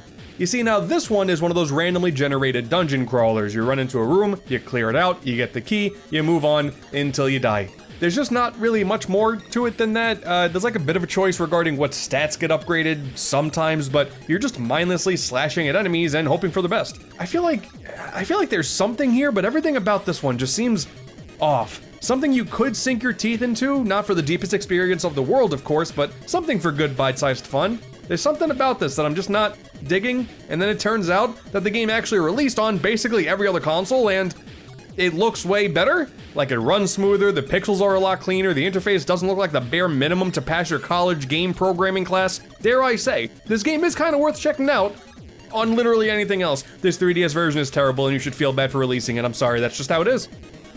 And now everybody, time for the 3DS main event. It's time for Kutar. Holy shit, they got Kutar in this? After an extensive 20-second research session, to come to find out that Kutar exists in Japan, and that's all the information I got. I can't tell if he's popular or not, but with 10 whole games on the 3DS eShop, oh man, he was certainly trying to be. Kutar Tube Rider. Okay, Kutar Magic Ball. Kutar Powder Factory. Oh, okay, yeah, this one is kinda like a game. What the f is Kutar? Man, all 10 of these games are like exactly the same. It's one Mario Party minigame stretched incredibly thin, you will eventually fail, and then Kutar goes, and that's it. What the hell is this? Kutar Quiz, at the very least. I had some high hopes for, like, okay, cool, a race to answer trivia. Got it, I can work with this, but it's not that. This guy asks you the same few questions in rotation over and over again, with the answer always being the same. Bank, Fuji, left, bank, Fuji, bank. Sometimes they hit you with the headphones, and then... I don't understand! I say we take Kutar and throw him into an open volcano. The 3DS is an incredible console, one of the best libraries of all time, and if you throw the original DS on top of that, like, it's unparalleled. It is a fantastic system with a bunch of classics from top to bottom. Which is all the more upsetting that they allowed so much crap onto this eShop because, oh my god. The Wii U, though, on the other hand, on this thing? Oh man, oh boy, you guys have no idea. One of the benefits of the 3DS's eShop is that naturally, because of the portable nature of the console as well as the two-screen setup, a bulk of those games are genuinely exclusive and are now lost to the ether. Most of those experiences you cannot get anywhere else. On the flip side, luckily on the Wii U, a lot of those heavy hitters are on other consoles. Sure, some of the features may be different, but for a bulk of those games, you can play them on anything else, and that's good. Realistically, the biggest losses here boil down to like Affordable Space Adventures, Pushmo World, and Dr. Luigi. Dear God, I will never forget about Dr. Luigi and all he did for the medical world. And for a game like Meme Run, being able to slip through the cracks like that, God.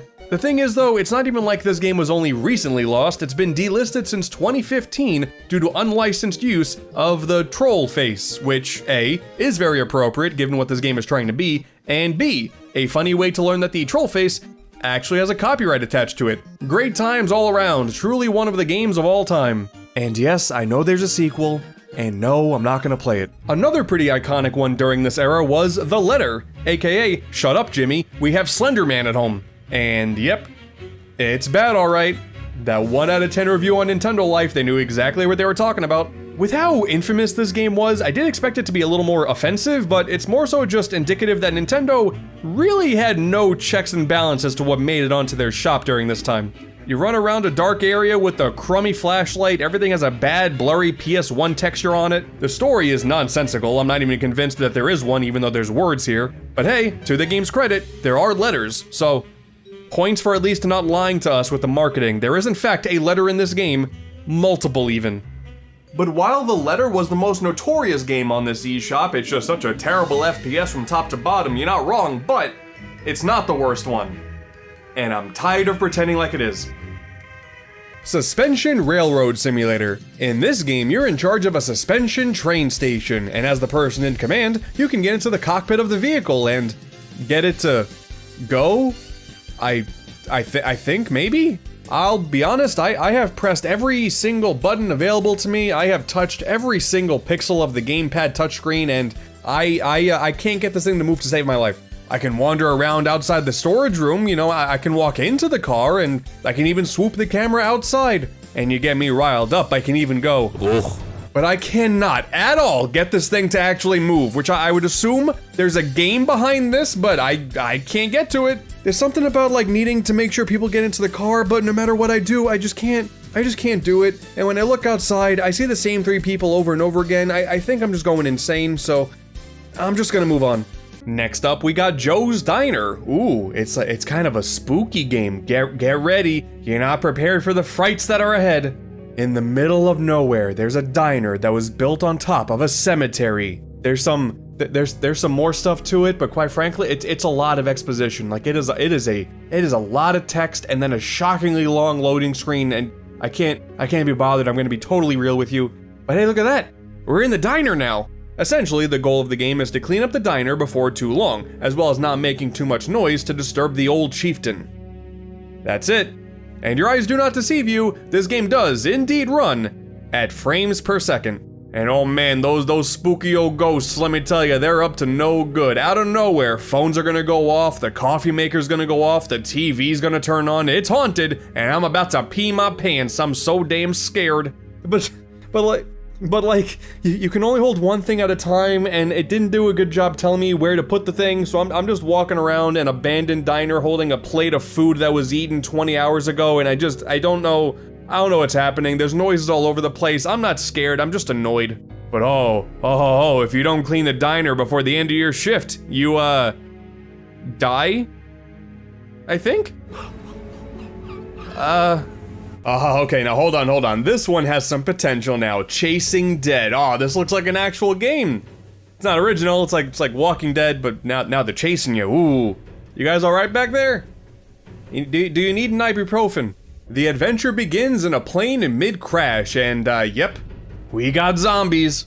It's a good thing we got this flashlight too. I can barely tell what's going on. Maybe it's just me here, but I kind of feel like shooting a gun inside of a plane that's currently careening at max speed into the ground. It's probably not gonna help matters. That's just me. I've never been in this situation, so I wouldn't know, but that seems like a safe thought. That being said though, I've never been to Other Earth, so maybe the rules don't apply there, I don't know. Oh hey, and I'm dead. Good.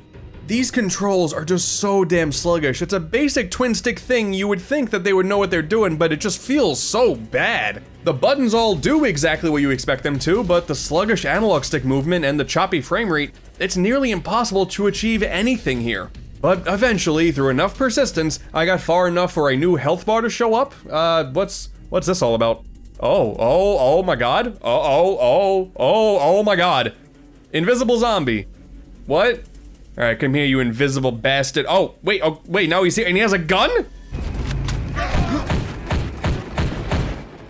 Okay. Dude, what? Every time he becomes invisible after enough bullets, like, he just kills you in 5 seconds, and you have no time to dodge anything. This sucks. But you know what? I don't know why, but I did see something. There had to be something at the end of this terrible journey, something in level 2 that was gonna be enticing. I had to push forward, and sure enough, it took like a half hour, but I did it. Level 2, now this one here, you know, outside of the no skybox thing, I got some hope. First things first, an immediate leap of faith. And there's a zombie helicopter. This can't be good. Yep, I don't think this follows protocol.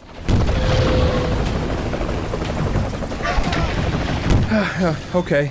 Out of all the games I played here, quite honestly, Chasing Dead is the worst of the lot, but I gotta give a special shout out to the first Skunk Bundle, which includes multiple pieces of garbage. This is very ambitious. The kicker is, it's also of multiple genres. That's crazy. You got another first-person horror game with incredible audio overload and a guy that's just standing there minding his own business. I think he's supposed to be the bad guy, but Oh, hello there. Oh, actual feces. Excellent. So, yeah, it's no surprise to anyone, but this is bad too. I have zero idea what to do in this one.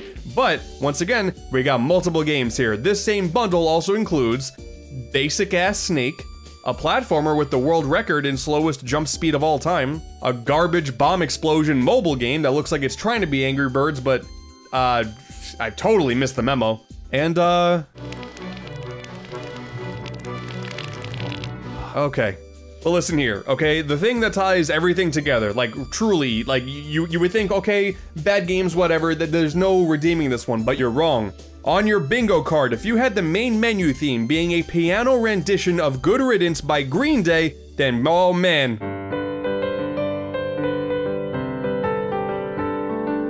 Oh, I'm having the time of my life, alright, I assure you that. This has been one of the times of all time. Also, relax, the first Skunk Bundle, there is no second Skunk Bundle here. You got way too ahead of yourself now. You were thinking, oh, I can be like Pokemon, the first movie. I know there's gonna be a sequel. Nah, you're more like Doug's first movie. You're the Doug's first movie of video games. Congratulations. Like the other games in that bundle though, it should really be no surprise that other tiny shovelware games were slipping through the cracks at all times. Here's Daikon Set, a trio of games that are functional, and they have graphics. That's all I can give it. Emoji Kara, they kind of give you 2 words and you gotta find the 2 emoji that are those 2 words. This cost money. Ava and Avior save the Earth. Let's recycle and save the Earth. Okay, let's do that. Hey kids, you ever wanted to learn the difference between compost and recycling with 2 creepy flying children staring at you the whole time to make sure you don't screw up? No? Well, clearly you hate the environment. This is the only way.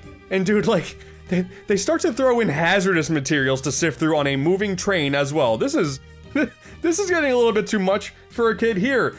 Take this toxic ooze. Don't put it in the recycling. That's a big no-no. I can't handle this. Let me look at all the pets I unlocked instead. The environment was a mistake. Interesting little fun fact, there's no game of Tetris on the Wii U. That's kind of weird. There was Puyo Puyo Tetris on the Wii U only in Japan, so not localized, but if you want your Tetris fix, don't worry, got you covered. Here's Heptrix. It's Tetris but bad. There was Percy's Predicament, which is just a mediocre high school project adaptation of Monkey Ball, but you know what, credit where it's due.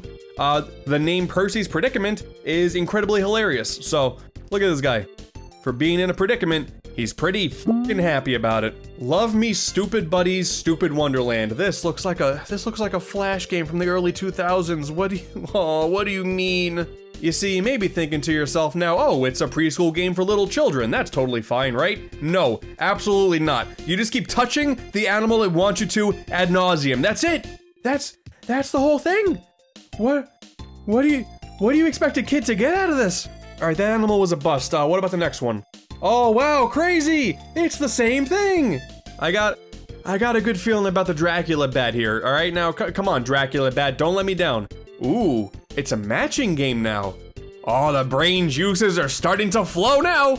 Also found this one where you have to, like, move the iceberg for the animal to just get to the other side, and it controls terribly because it's based on tilting the Wii remote, and I'm so tired.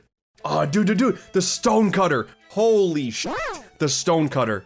I don't know how this released. It's a series of text boxes with lifeless narration, and that's it.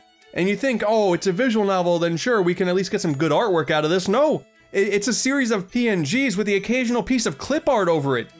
I'm stunned. It's a story about like a guy who wants to cut stones or something. I don't know. He goes out, he finds a rock, and then proceeds to cut it. I think, you know, even with picking some of the options that led to the wrong endings, this game took 5 minutes to get through. Oh, you thought I was gonna say hours? No, 5 minutes. Listen, man, like I said earlier, game development is tough. I understand. I sympathize with anyone trying to live their dream and get a video game out there for the masses to play, but this, if you sent this to Nintendo servers and they accepted it, oh man, it is proof that life is cruel and we would all be better off going to tend the fields until we die. Obviously, when you're looking at the good games on the Nintendo 3DS and Wii U, you're gonna have a grand old time. But on both of these consoles, it really calls into question whether or not the games like the ones mentioned today even deserve to be preserved, despite the eShops being closed, and you know what? Yeah, you know what, I believe they do. Yes, of course, you are likely more willing to pop on a classic like Pocket Card Jockey, or experiment with something new like Rusty's Real Deal Baseball before opting to pop on f***ing Garfield Kart again. But like many other things in life, it is hard to appreciate the good in games without playing some bad ones too. And for that, these games do fulfill a purpose. Even if they're absolute trash and should not have existed. And you know what, since all of these games have been preserved in some way, shape, or form, it'll always be interesting to go back and see what a company with the pedigree of Nintendo did allow for sale on their consoles, and how differently a wide range of people wanted to go about beginning or continuing their game development journey. Besides, It's not like the Nintendo Switch is much better. Believe it or not, most if not every video game console that ever existed has more bad games than good games. That's just the reality of it. So for the sake of game preservation and accessibility, it is important that those games are there and you have a way to access them if you so choose. I'm not saying you should choose to play the letter in the current year, because you definitely have unresolved problems if you do, but it's important that they're there. And besides, like, if these games weren't readily accessible, I wouldn't be able to make this YouTube video, so there's one positive, aspect of this, depending on who you ask. The Wii U also got Now I Know My ABCs, also by Skunk Software, and all it is the alphabet song, and then you draw out the letters. That's it. Look at this dog. This dog is deceased. Thank God for video game preservation. Despite what the well-known phrase would have you believe, there are actually 3 constants in life. There's death, there's taxes, and then there's an overload of adult games on the Switch's eShop every single week. Oh my God, it's gotten bad. I love the Nintendo Switch, you love the Nintendo Switch, we all love the Nintendo Switch. But you see, therein lies the problem. Too many people love the Switch. Nintendo Switch has games. Yeah, but does it though? Some of these developers should be exiled to an abandoned island. You'd have thought that I would have learned by now, but nope. Years and years later, exploring the eShop remains to be one of my favorite things to do on the Switch because, man, you never know what to expect. Like, I see Super Mario RPG here and like, oh, that's super cool. Let's see what else has come out recently. Oh, what the hell is your future to future prediction? I gotta know. Oh, of course, it's a visual novel that skimps on both the visual part and the novel part. Because yes, this released on the American eShop and the only language is Japanese. Why? Why are you like this? So, against my better judgment, I decided, why not? Let's continue this journey on looking at the absolute worst things I could find on the Nintendo Switch eShop. I found 50, that's right, 50 of the worst games you could find on this eShop, and even worse than that, I spent money on them. Now these aren't the absolute worst games you can find on the eShop, because quite frankly, there's a lot of shovelware on there. I could look at AAA Clock 50 times and that would be it, but no, I wanted some variety. 50 bad games are still 50 bad games. Give me some slack. I went through a lot. And you're gonna want to stay tuned to the end because, oh man, we're going places. Just a heads up though, this is not going to be counting the large chunk of really low-hanging fruit that is flooding the eShop nowadays. Games re-releasing with a brand new banner on the top every single week to highlight some stupid bundle. Cloud games, because those are just dumb. I don't need to say more that they're just dumb. Typically, if you see the word simulator in the title, it's a red flag right out of the gate. Plus, there's this new influx of using AI art to advertise your game, which, holy shit. That's gross. Just be grateful, please. I still played 50 garbage games for your entertainment. Variety is the spice of life, and damn it, I want this video to be spicy. Not like it won't be immediately outdated anyway. A few days before this video went live, we got the Monty Mole collection. Not to be confused with Mario's Monty Mole, because that guy is a lot more distinguished. It's a bunch of old Commodore games, like it's cool for game preservation, sure, but man, these games are rough. And then, oh boy, a few days after this video goes live, we get Milk Cellar, which, Jesus Christ! By the way, did you know that Monty on the Run has an absolute banger of a theme song? I take it back, I'm buying Monty Mole Collection immediately. Listen, I know game development is hard. It takes years of blood, sweat, tears, a lot of money. Like, I totally understand and I sympathize with that. Because even if your game is good, there's no guarantee it's a success. But if you're putting a game out there titled, I wasn't about to remember this, Mountain Bike Hill Climb Race Reel Physics Fun 2D Arcade Speed Drive Dirt Racing Games, and you expect it to make you some money? Man, you gotta stop. So many games released with abnormally long titles, like what are you trying to accomplish here? Nianzo Action Game, risk your life to get your dinner back. What do you mean? Alright, let's see. Gotta pick my icon first, of course. Gotta decide which incredibly low quality PNG suits me at this very moment. I'm definitely thinking low poly cow. Alright, let's see what this game's all about.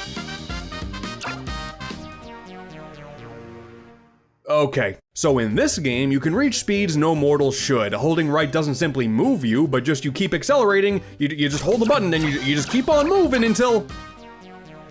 Okay. Alright, you rock bastard, you're going down. Okay, maybe not. I genuinely don't think they expected anybody to play this game for more than 3 minutes and get to this boss because, like, it's just standing there, and this music is, like, really epic, but I don't I don't know how to attack it. I don't know what to do. Hit him from the back, hit him from the front. He just stands there menacingly. I don't know what to do. Guess I'll just try to break the all-time speed record instead. I will do whatever I need to get my dinner back, baby. The Great Battle of Shark, Monkey, Squirrel, Dinosaur, 2 S's, Bird Bee. I wonder if that would fit on the side of a Switch box. Probably not, I don't know. A long time ago, before the last days of this planet, when all the humans left Earth and this solar system, an event happened. Oh, shit. Not an event. Turns out a crazy virus broke out and random objects have been given life. In this era, the planet is now dominated by the 5 rulers. Twin cells, a seaplane, a grand piano, a pickup truck, a drone, and a stove. That's 6. That's 6 things, not 5, but okay. Yep. Yeah, I'm not surprised. Yeah, of course, it's a bad 2D platformer with bad physics and controls, and then it suddenly transforms into a freefall section out of nowhere because, you get it, flying squirrel, showing that the devs didn't realize that flying squirrels and normal squirrels are actually 2 different things, but don't worry. Collect the melons, damn it. Oh, and there we go, there's the shark part. You know, it's not like these games have no effort put into them, but like when you have a title like Shark, Monkey, Squirrel, Dinosaur, Dinosaur, Bird Bee, what do you think was gonna happen? I don't know, it's still at least better than the string of blatant asset flips that we've covered before. The Bullet, Time of Revenge, Max 2, Reloaded, Hammer 2, Reloaded. They are legitimately the same exact game with the most minor of differences here or there, like this one character model's different. Ooh, that's worth the whatever money they asked for. Dude, they didn't even change the keyboard button prompts in this one. Like, come on now, how are these still available for purchase? I don't understand. Why even try in life, you know? Hell, Angry Bunnies is an incredibly obvious low-effort ripoff as well, but at least that was free. It's when you have a game like Splat the Fruit here that cost $15 that I start to reconsider my life choices. I can't believe I spent money on this. I just wanted to talk about it again so I can justify that purchase because, oh my god, that was stupid of me. Honestly, despite looking at Bullet years ago, I never actually looked at who's responsible for this atrocity. Turns out the publisher is PixArts. I hate them. Oh, this lineup. Oh man, this lineup. You know, I get it, they say don't judge a book by its cover, but I'm gonna be judging all these by their covers because, man, you can tell these guys just did not care whatsoever. I don't know, man, what if you just shut up and give Gorilla Big Adventure a shot? It gets pretty good 20 hours in. Wait, hold on, the Golf Royale, is this legal? That's just the dude from Zootopia. Well, of course I had to give it a shot. Oh man, I wanna die. That's not even the same Zootopia guy. I've been swindled. Use touchscreen. Yeah, sure enough, the game does not work while the Switch is docked. This is a portable only experience. Thank God, because I wouldn't want anybody to walk in and see this on my TV anyway. Keep this in mind, okay? Submitting games for official release is a process. They don't just happen, okay? That means someone took this software, sent it off to Nintendo, and there is somebody paid by that company to go, yeah. PixArts also released Dinos and Ghosts, a terrible Pac-Man clone, perhaps. It kind of looks like an ugly Pac-Man. Let me just read this overwhelming amount of instructions real quick and, oh no.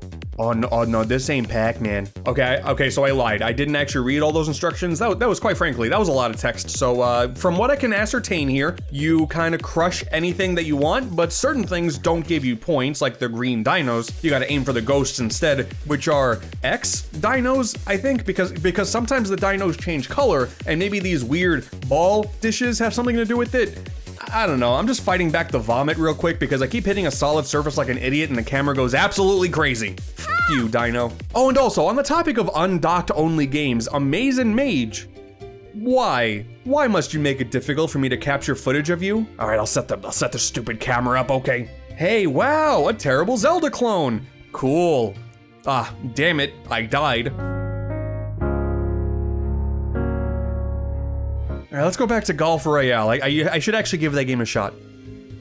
Yeah, I regret that. This happened last time with Strike Daz Cans 2. Nothing about these games need to be handheld only. Why did you do this? I hope you lose money on these projects, okay? Sorry, that was mean. I didn't mean it. I kinda meant it. But oh, thank God, Crazy Bus works in TV mode. Yay. Is the sound working for this? The game is dead quiet. Oh Jesus, this seems like a pretty brain-dead game to me. Grab a bunch of guys, drop them off in their appropriately colored circle. Fine, okay, I can do that. I'm ready for the actual game now.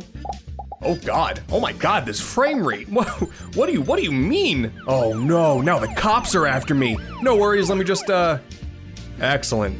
Now the cops are dead. Crazy Bus just rots of that mobile game like stink. It's all about accumulating points so you can upgrade your setup to make the next run less painful, despite doing literally the same exact thing over again. Grab these bunches of multicolored guys, bring them to their appropriately colored stop over and over and over and over and over again, oh my God. And no, the map doesn't change. I'm 10 levels in and we're driving on the same map every single time with these random NPCs trying to get in on the multicolored people pickup action, and I won't stand for it. Maybe this whole changing your car's paint color thing to avoid the cops is like a real way to get away from them if they're chasing you. I wouldn't know, I haven't tested it. Maybe this is just a bad lesson, I don't know. And you dare, the absolute gall of you, to besmirch the name of Crazy Bus, the all-time classic? How dare you?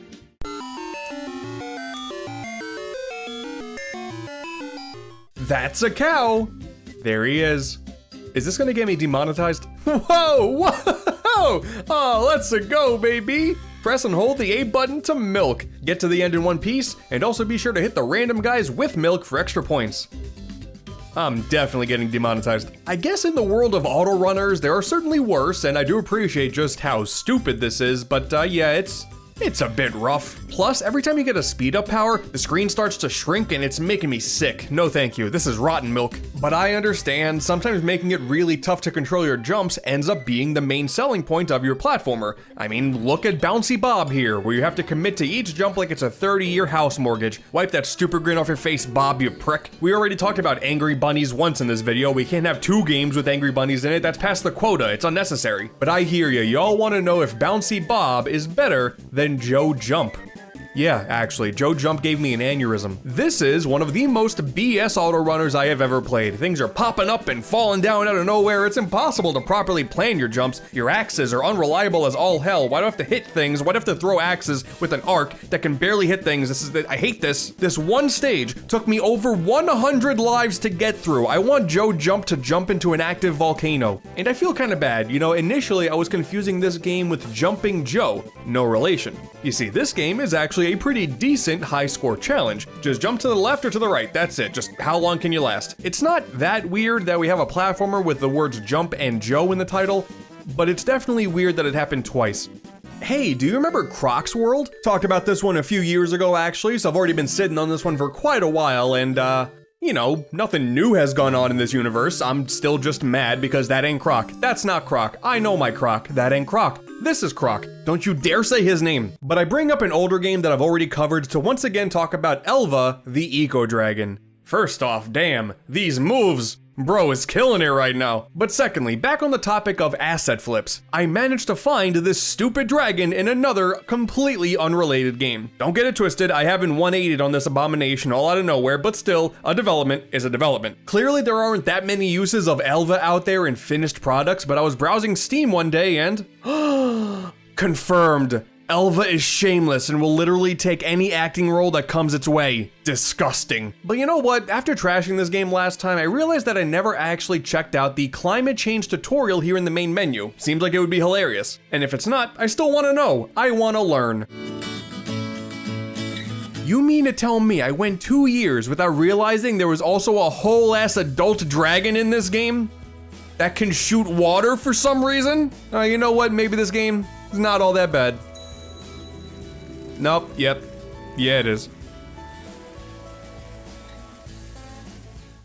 Hey look, I understand, okay? As a YouTuber, there are sometimes these things that I say and it can get people a little bit upset. I apologize for that, but hey, if you want to settle our scores in a different way, may I suggest Madness Brutal Fighting? We can 1v1, it'll be very clean, I won't cheat, I promise, look at it. Oh. Oh man. Yeah dude, graphic design was totally my passion, how could you tell? Really putting the Elva the Eco Dragon menu on notice, I tell you that. Man, all of these fighters are just like staring into the camera with the same exact expression. Except for Hanzo. He's too cool for that. He's got a pose. I appreciate that. Come on now, who doesn't love Hanzo? He's the only fighter in this entire game who can afford a gray square for his avatar. This dude's clearly got money and he knows how to use it. I especially dig the whole no shadows in this lighting engine thing here. It really distracts you from the fact that basically every single fighter plays exactly the same. You might think though, oh, what about the specials? Surely these characters have those. I have no idea what that did, but at least the game does support local co-op. I got lost in these instructions. What am I supposed to do with the Joy-Cons? Detach them, put them away, and then grab another pair despite also supporting the Pro Controller? Why'd you animate this? All right, this is where you lose me, madness, brutal fighting. This lack of quality control will not stand. I only play games of the highest quality here, like Vroom in the Night Sky. Is here a camel there? I've never seen here. Tut. Damn. This fairy girl's talking something deep right now. Oh, wow. Okay, this is a lot to take in. I don't know what to comment on first. Who invited Splatoon to this? This is one of those instances where I found an eShop listing that blew my mind at just how absurd it was. It gave my morbid curiosity some really nasty flare-ups. 2 people, rather than playing alone, more than playing together. Yes. If you want a good time, I'm telling you, every single sentence on this page, it's both hilarious and also giving me a headache at the same time. Pinball at a high place? Golf? Roll the big ball? Sometimes you can hit your friends to save them. We are looking for brave men who can clear all stages. Ha! Sorry ladies, no girls allowed. Have more fun tomorrow. Okay, now you see, that line is great. I want that on a t-shirt. So, of course, I had to see what this game was about, even if it was $30. Oh, God.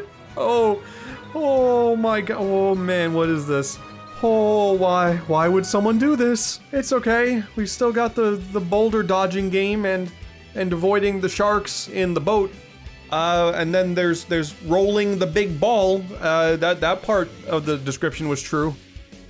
Oh, I guess the problem is I'm playing this game solo, you know? Clearly it's meant for multiple people, as we've already gone over. 2 people rather than playing alone after all. But I feel like if I ever subject more people to this, I'm gonna go from 2 people to alone real quick. How much time is left in the video? Oh, God. Another publisher that I've highlighted in the past, for all the wrong reasons, is Sebek Limited. I hate Sebek Limited. Maybe you would be thinking to yourself that the fine folks over there that brought us Piano featuring songs such as Old MacDonald Had a Fram, the ever-exhilarating Tennis Go, the guitar app with a Windows screenshot in the eShop listing, stupid Night Vision, Popeye, would provide us nothing more than greater hits. It's been a few years, you know, clearly there's development time here that's going on to something grand and extravagant. Well, ladies and gentlemen, may I introduce you to Bingo. You know, the hot retirement home game where you just sit there for 3 hours and wait for all of your numbers to be called? Yeah, all of your numbers. Not a straight line of numbers, no. Literally your entire card. Those are the rules now. I'm sorry, Sebek makes the rules here. And it took forever. It took so long. I sat there for what felt like 30 minutes. They kept calling numbers and not a single character on this screen was getting numbers. I was losing my mind, but finally, I did it. I've officially won bingo. I think I'm going to pass out. I hate this company so much, man. They're just out here releasing 7 lines of code on a weekly basis and calling it software throughout the entirety of the Switch's life cycle, and they're just gonna get away with it, scot-free. Life is unfair, but obviously, it's not just them. There is so much low-effort garbage on this eShop, dude. We have Calculator, a calculator with multiplayer. There's the other bingo, not to be confused with Sebek's bingo. No, never would do that. AAA Clock, we're all familiar with AAA Clock. Holy sh**. It's AAA Clock, damn it! It shows up like every week on the eShop. I have to see what all the hubbub is about. And it's just a clock with a ton of different skins as paid DLC.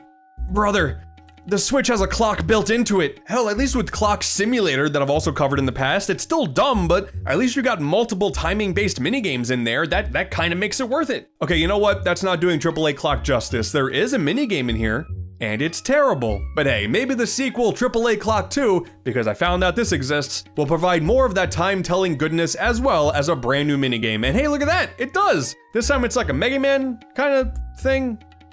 I think I've had more fun just watching a grandfather clock that's broken. And actually, now that we're on the topic of numbers, here is Snake of Math's cool education game. Gotta do the math real quick in your head so you can move on to the correct number and keep on going. And then how far you can go, gotta get the highest points possible. And it gets faster and faster too. It's pretty intense, so be careful. Get all of your math problems right, or you die. Listen, Sebek, let's all admit that society has peaked with the Popeye punch sound effect, and we can move on with our lives. Waifu impact. Oh no. All right, I'm taking a big risk here. Gotta be very selective about what I show, because I feel like I'm already testing the limits of what's gonna get me demonetized or not. So, in this highly acclaimed title, you run around as a generic woman 3D model with an outline, and with your water gun in hand, you completely obliterate any other woman out there because they lack outlines, I guess, on your quest to, I don't know, just touch all the glowy spots on the map, I think. I think that's the entire game. Everything the light touches is your kingdom. Okay, wait, no. Okay, I got it. All right, here's a line. Here's a line for you they can take out of this video. Oh, wow. I can't believe Waifu Impact looks and runs better than Pokemon Scarlet and Violet. There you go. There's your meme. Have fun. I'm not oblivious to the fact that there are clearly a lot of degenerate games available for the Nintendo Switch. Just check out the recent releases section on the eShop. There's gonna be something there. But like, they're just all so bad. Like, why? You gotta give the degenerates some quality. It doesn't make any sense. They're the ones that need the most help. But if you like these types of games, then hey, more power to you. I'm happy for you. Or I sympathize with you. I don't know. It's just a matter of how you're feeling that day, I guess. At least you're not as bad as Nintendo Switch eShop game, The Last Hope, a Last of Us clone that was so blatant of a ripoff that Sony themselves got the game delisted. Oh man, to be a fly on the wall of these completely legal and corporate meetings that these companies are having between Nintendo and Sony, like, okay, one's making Mario, the other's making Spider-Man, these really huge games, oh, they're gonna sell millions, and they gotta sit there and discuss the validity of The Last Hope and Waifu Impact. Video games are so stupid, I love them. Oh, yes. Would you believe me if I told you that I've actually never played a single Souls game? Nothing against them, I've just never gotten around to it. But hey, there's one available for the Switch, right? Maybe my chance will finally come one day. And that's not today, we're playing Soulsland instead. Oh, did I win? All right, fine, let me go after him. Yep, okay, definitely won. I mean, this is how a Souls game works, right? With your weapon of choice, you walk towards this fantasy-filled environment, towards enemies holding random weapons, and just mash and dodge your way to victory. This seems pretty accurate. Not gonna lie though, it is actually kinda tough. I'm getting my ass kicked out here. Oh, wait, did they all decide to give up? Oh. Goodbye then. There's not even like a structure here. It's a title screen of a list of every single level in the game, no unlockables. Go through the level, beat the same boss at the end of every single level to unlock the portal to the end, unlock, once again, nothing, and just pick another level if you feel like it. Have fun. Oh, you know, you can do what I did and just bypass the barrier and finish the stage without beating the boss too. That's fine. Oh no. We really said this was a completed stage, didn't we? But hey, credit where it's due. I spent like 20 minutes trying to break this one level because man, it just seemed like this biggest stage. I was able to get out to the barrier and I wanted to just break it. I wanted to just climb as high as I could, but man, I just couldn't do it. I just couldn't do it. Kudos to you, developer.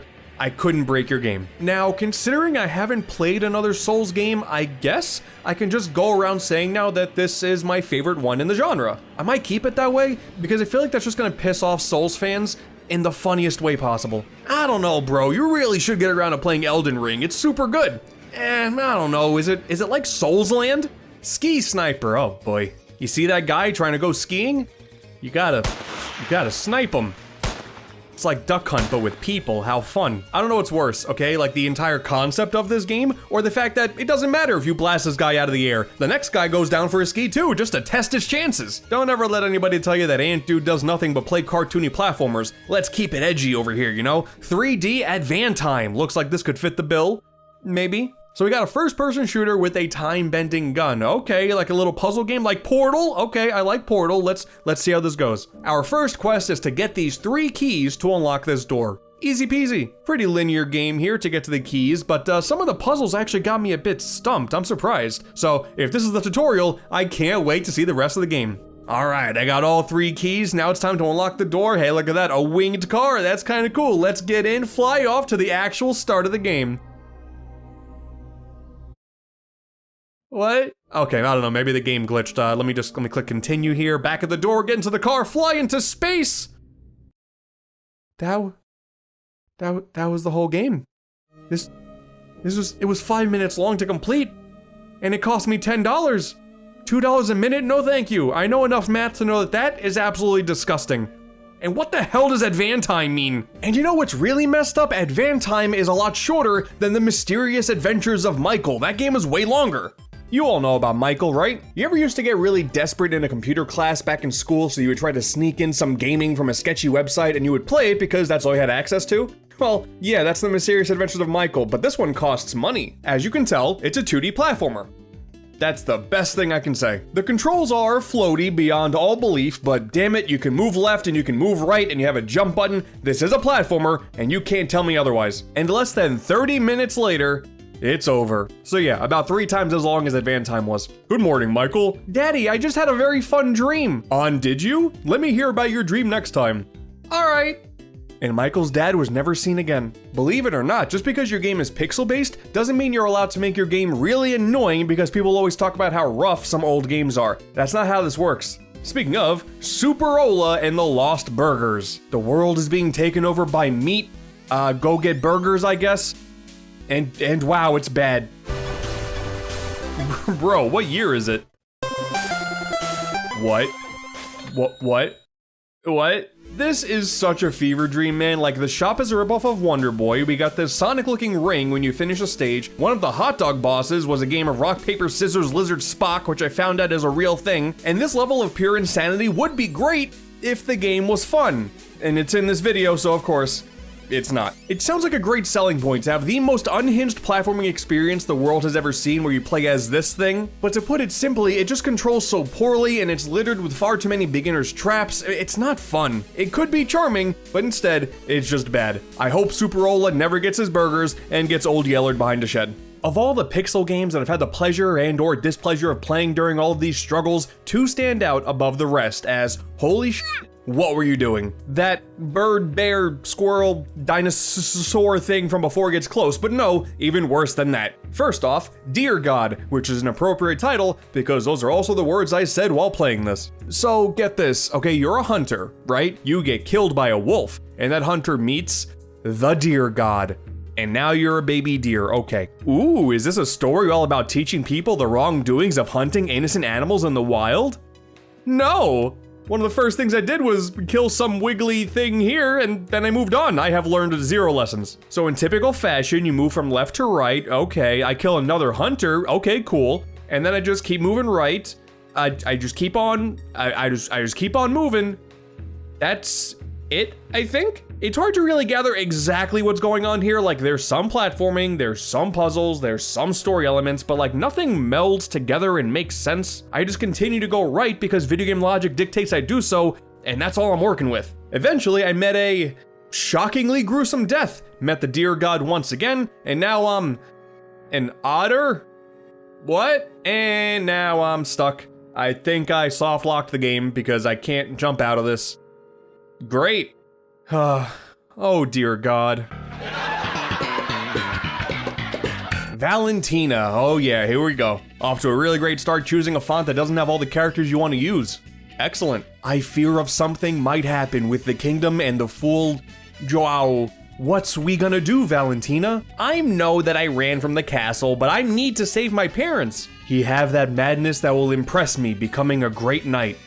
I had these lines written down and I knew exactly what I had to say, and it was still a struggle to say those sentences in one straight run. I guess the gameplay is almost Zelda 2-esque, side-scrolling action RPG with safe towns and enemy-filled exploration. But man, what a surprise, it's really bad. The controls are terrible and delayed, the art style can't decide how big pixels should be, the enemies are mindless attack sponges, there are leaps of faith and random mazes all over the place. The only thing that is kind of a saving grace is the script, because man, the absolute state of it. It's like a dictionary was thrown into a garbage disposal. The kingdom of Grelfrorist are being attacked, and our rulers was took. The Prince Valiant is too coward for take some action, so someone have to put a end in this monsters.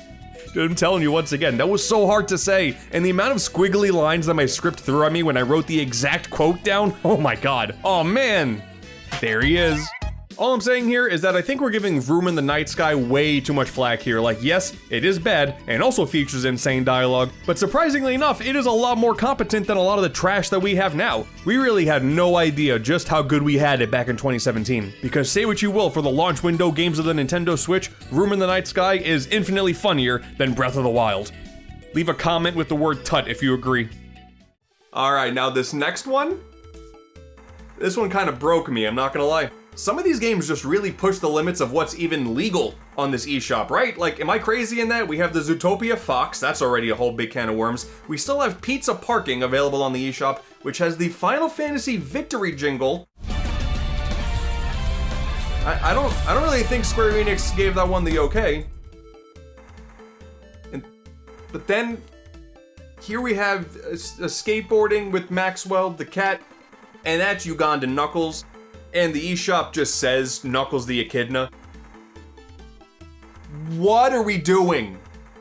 Skateboard drifting with Maxwell Cat. Over the years, I've come to appreciate Maxwell. Look at him. Looks like a good old boy. He's got his own game. Cool. Here's some footage of a terrible skateboarding game that I'm going to continue to talk over because yes, it's just straight up playing running in the 90s, and if I don't keep talking, the video is definitely getting taken down for sure, dude. I'm pretty sure there's only one level in this game, but every time a different song will play and it's totally random because the next time it was playing this rap song that samples Toxic by Britney Spears, and I just like, I can't, how did this game not get delisted immediately? Sadly, I couldn't get around to playing as Knuckles, I just couldn't unlock him. To do so, I would have had to keep grinding out this one stage for points over and over and over again, and quite frankly, I am one away from doing a kickflip out of a window from the tallest building I could find.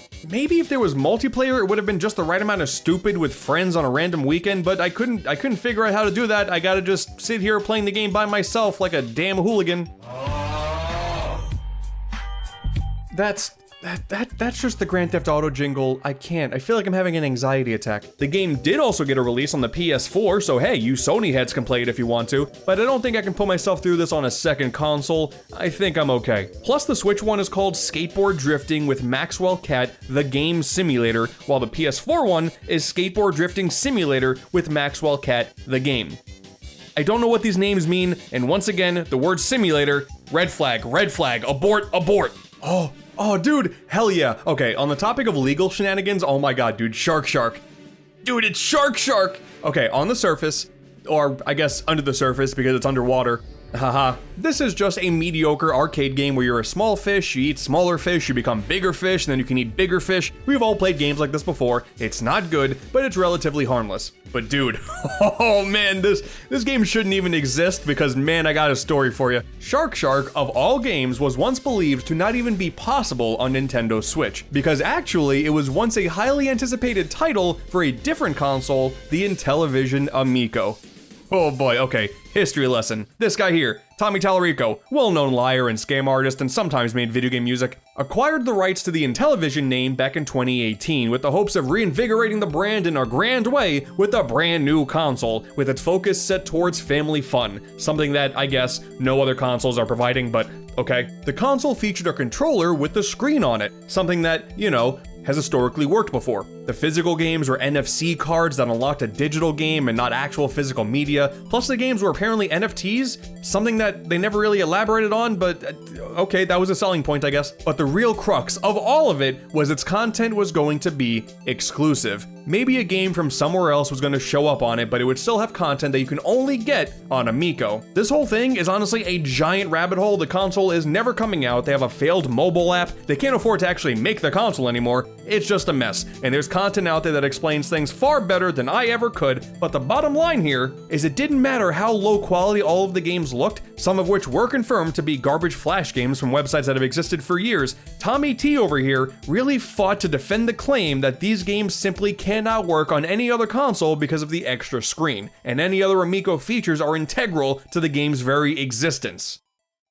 So yeah, Shark is available on the Switch now, and I feel disgusting for having supported it. A few other Amico games are available too, which is both hilarious and sad, but it's just nice that these play a very minor role in a pretty giant story in the entire video game industry. There's historical value to Shark Shark on Nintendo Switch, damn it. Oh man, that was therapeutic. Okay, what's next? Drawn to Life 2, oh man. Oh no, this one just makes me sad. I really liked the original Drawn to Life games, man. This gives me no pleasure to talk about. If you've never played Drawn to Life before, it was a series of incredibly simplistic platformers on the DS with one game on the Wii, where the selling point was the player's ability to draw in many of the game's elements, and even your character. And this was part of the overall franchise's plot. And that even includes a SpongeBob crossover of all things. It's perfect. It's crazy how Sonic was playable in these games, man. I wonder if that's legal too. Gameplay-wise, they're not amazing. Once again, they are very simplistic platformers, but they were really charming and have accumulated a pretty niche fan base. With the last game releasing in 2009, it was a great surprise to see it return back in 2020. And they screwed it up! First things first, the art studio, it's as good as you can expect. It's got plenty of features that are very similar to the original games, but it's a pain to control. An analog stick just doesn't cut it, and there's no touchscreen support to boot. That's nice. I still drew Sonic though. Even gave him a party hat this time.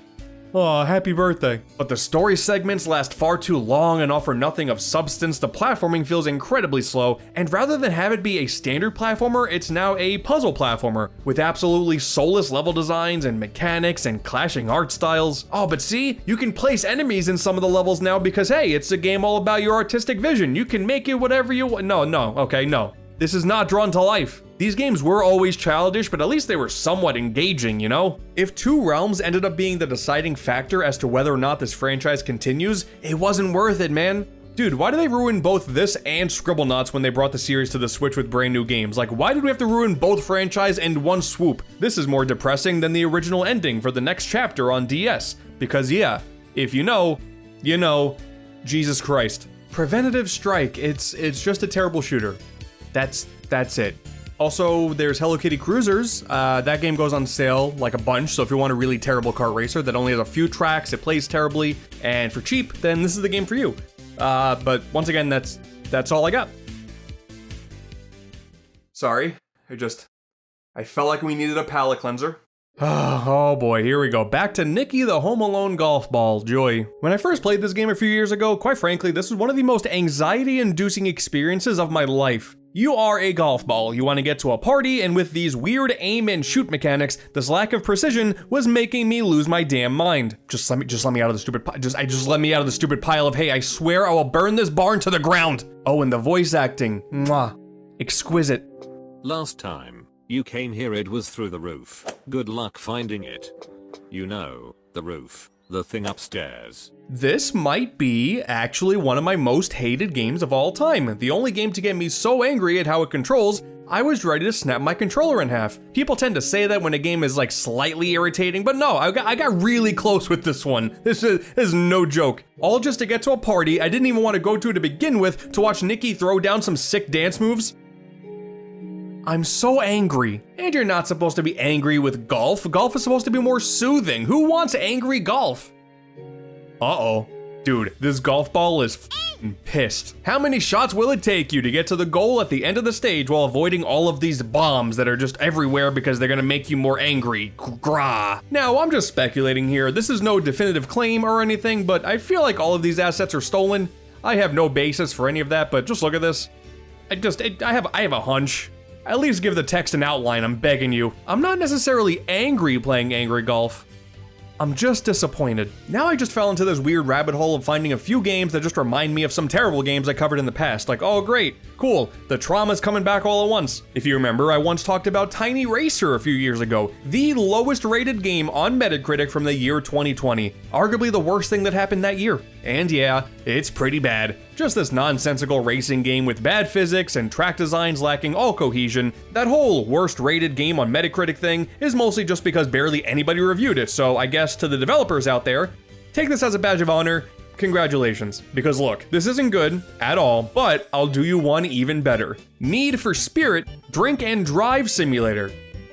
Drink and Drive Simulator? There's that dreaded S word again. Don't we already have GTA for that? It is absolutely insane to me to have this as the title of the game, let alone what the game actually is, because whatever, this has been a thing in some mature games in the past, sure, whatever, it's just a part of a bigger game, but no, it just says Drink and Drive Simulator. I'm waiting for the hot new wrestling game that's called Yes Actually. Please do try this at home. Here's how you can give your little brother a stone cold stunner in the middle of your school playground. That'll be $10, please. In this adventure, you are a driver holding a ton of drinks on your truck, tasked with bringing them to special parties and venues. And luckily, the only thing that's in your way of a good time is a swamp filled with a ton of conveniently placed wood to give you a bit of an obstacle course. How fun. After, no lie, just 10 minutes of driving in roughly a straight line, 2 of those minutes of me being stuck on this bridge, that was fun, you then have to drive back to the original location while under the influence. I guess, cool. Yeah, under these circumstances, the world suddenly turns into more of a fisheye lens and then the draw distance drops dramatically. Perhaps this is more realistic than I gave it credit for. Good for them. There's no enemies, there's no cops. All that's stopping you is wood and a time limit. Get to your garage for this party, and then it's time to do it all over again, baby. Except now, you can't see in front of you. Don't drink and drive, kids. Stick to Grand Theft Auto where it's safe. I've also previously covered this 3D platforming duology, Woodle Tree Adventures, one of the most fascinating cases in all of my years of garbage eShop game research. The first game is super bad. Very slow and floaty, nothing feels good, nothing looks good, the camera sucks, it's just really bad. So color me incredibly surprised when the sequel turned things into an open world platformer with much faster and more fluid movement, and like, damn, this comeback story is crazy. It's no Mario Odyssey, but you can very obviously still do a whole lot worse if you wanted a lower cost platformer to add to your arsenal. Something more like Ducky Quacky. Look at him. Just look at him. We're already looking worse than the first Woodle game, so that's a great start. Guess we couldn't afford music for this one either. I don't know what I prefer, stock music pulled from a freely accessible library, which is totally fine, or just no music at all. But I gotta tell you, my immersion has been obliterated with this silence. My immersion with Ducky Quacky is gone. You play as the duck. You collect the apples, you do a whole lot of waiting. Just an ungodly amount of waiting, and you just meander your way to the end of the levels. No real challenge, just go. I almost got kind of excited too because look, a shop to buy some accessories. I love when games do that. And I can't afford anything, nor will the game tell me how many apples I actually even have on me. You're tearing me apart, Ducky Quacky. But maybe I'm being too harsh. I'm clearly not the right demographic. Maybe this is successful at being baby's first platformer. Maybe there's a smooth transition from Goo Goo Gaga to Ducky Quacky, and this will now become someone's favorite childhood video game character, and we'll hear stories about it 10, 15, 20 years down the line. Who knows? I would give the edge to Jumpin' Joe, personally. Hey kids, do you like Minecraft?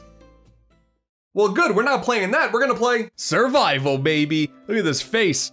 Boy, I can't wait to jump on in and play it. Alright, you know, I've played stuff like this before. Gotta start off getting wood. Every single one of these types of games starts exactly the same. You see, one of the things about Minecraft is that it's just too easy to understand how to control. Here, it's different. We control our character independently from this cursor, which is actually used to pick things up. It's like real life, you know? It's not easy. You can't just punch trees and then boom, you have a house. You gotta work towards it and pick up every single log of wood individually in order to build your stock. God, I'm pressing the plus button as much as I possibly can. I need help. Dear God, I need help. No, not dear God, not dear God. Radiation Island. Ooh, this time we got a survival game with a bit more of an adult edge. Let's go. In the middle of the Devil's Sea. Someone starts spitting into the microphone. Oh no, this is awful. All these islands are disappearing. There's a bear. A village. Was that a guy? I couldn't tell. Was that a guy? Even the ship. Oh man, I guess we gotta start working with these tools and get around to living on Radiation Island. Admittedly, it's kinda cool. There's a total structure to this game. There's this book that you have that keeps pushing you towards the direction of progression, so that's nice. Rather than this being a fully Minecraft-styled game where you're full of freedom, there is constantly something that you're working towards in regards to gathering and building. Think more along the lines of Dragon Quest Builders, but way more boring. We have covered a lot of video games today that right from the offset were doomed to fail. This is one of the few times that It's actually a shame that it isn't better. You do gain more freedom the further you go. It certainly has a little bit of variety to it. Radiation Island is definitely ambitious, but with how low quality everything looks and feels, it just feels unfinished. It started off as a mobile game, and perhaps it works better there, but that doesn't excuse the fact that this should be better. Especially since we already have survival games out there that have a bit more of a realistic edge to it, like Valheim. There's no reason why you should look at this and be like, oh yeah man, this is what I'm gonna do in my day. And it's not even like I disapprove of smaller budget games that are blatantly copying a more successful formula. I'm fine with that. Fill the field as much as you want, as long as you got like a neat idea. You gotta get your foot in the industry somehow. Do whatever you want. Just try to make it decent, that's all I ask. It's this logic that led me to Vaccine Rebirth, a game directly inspired by PS1 era Resident Evil, even down to the vaccine. Ooh, I'm shaking in my boots. Now, aesthetically, it's pretty on point. This whole low poly aesthetic with low pixel count, love it. The tank controls are replicated really well here too. So combined with the low poly aesthetic, you would think, oh, this is a really cool replacement for classic Resident Evil, but sadly, the gameplay just doesn't really work. It's a roguelike. Didn't see that one coming. Your partner is terribly sick. Explore this area and find a vaccine within 30 minutes. Once you leave that front door, your run is now going to be completely different than the run you just had before. Enemies, items, where the vaccine is, it's all random. There's also no voice acting. If your character ever does speak, it's... What the hell is that? Microsoft Samantha, is that you? Makes me almost nostalgic for Nikki the Home Alone golf ball. Oh, I remember. Nikki, Just kidding, I'd rather die. But truly, I'm not going into this with negative intentions. I want to give the game a fair shake. About as much of a shake as my boy here is shaking in his bed. Oh my goodness, he is very sick. Please take care of my child. I'm checking out all the nooks and crannies of this facility, constantly getting new weapons and items, and remembering where I've been so I can get back to my partner in peace once I get the vaccine. The combat, not good. It never feels like you're actually hitting anything here. There is no good response to any of that. That's a big problem. But you know what? That's fine. I found the vaccine in no time flat. My partner's gonna be A-okay. Oh. What's up there, big boy? You wanna be friends? Off. Off. Off. Open the door. Open the door. Jesus Christ! Oh, great. Now I can only walk. No more healing items. Panic levels are rising. Oh, cool. Now the door glitched me right next to him. Excellent and good. Thank you. So naturally, I dived right back in. Next time, it took a lot longer to get the medicine, but hey, I did it, and I saved my partner's life. No big deal, easy peasy. Even if I was being chased like the entire time by the tyrant, didn't matter. At least now he can kill both of us at the same time instead of separately, because I just realized there's no other escape from this room. We're gonna die. All in all, it took me 3 runs to figure this game out. 1 run to get the controls, 1 run where the tyrant killed me when I glitched right behind him, that was cool, and then 1 where I was successful. I guess in typical roguelike fashion, you get used to dying a lot of times in hopes of actually beating the game, but it's just that it's the same objective every single time, and with the 30-minute time limit, you're gonna complete your objective in way less time than that. There's a lack of substance here that makes this really hard to recommend, which is a shame because conceptually, it is kinda cool. But you know what? And this is my genuine true feelings here. I might actually play this game again. Am I gonna be okay? Believe it or not, my ultimate stance here when it comes to showing off a lot of these bad games does not have malicious intent. It's just what's available there.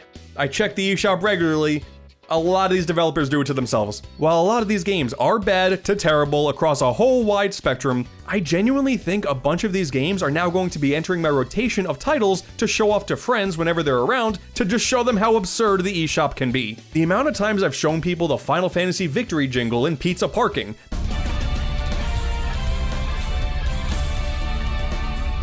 the punch sound effect from Popeye, still a top tier sound. Random crazy mode from Elver the Eco Dragon. It never works, and that's why it always works. I've actually done plenty of multiplayer games in Fight of Gods, and even stupid pooplers. I have subjected multiple people to this game, and they're still friends with me, and I don't know how that's the case, but thank you for sticking around. I've even shown people Cowcatcher, okay? Not like the actual game part, like no, yeah, that part is still terrible. Only this unhinged skeleton dancing segment that has nothing to do with the rest of the game. This is easily one of my favorite things on the Switch. And after everything we've gone through today, I can confidently add Forest Crash Party, Madness Brutal Fighting, Vaccine Rebirth, and yes, even stupid Maxwell Cat's Pro Skater to that list. How could I not show this to people? I spent money on these games, okay? I'm gonna get my money's worth.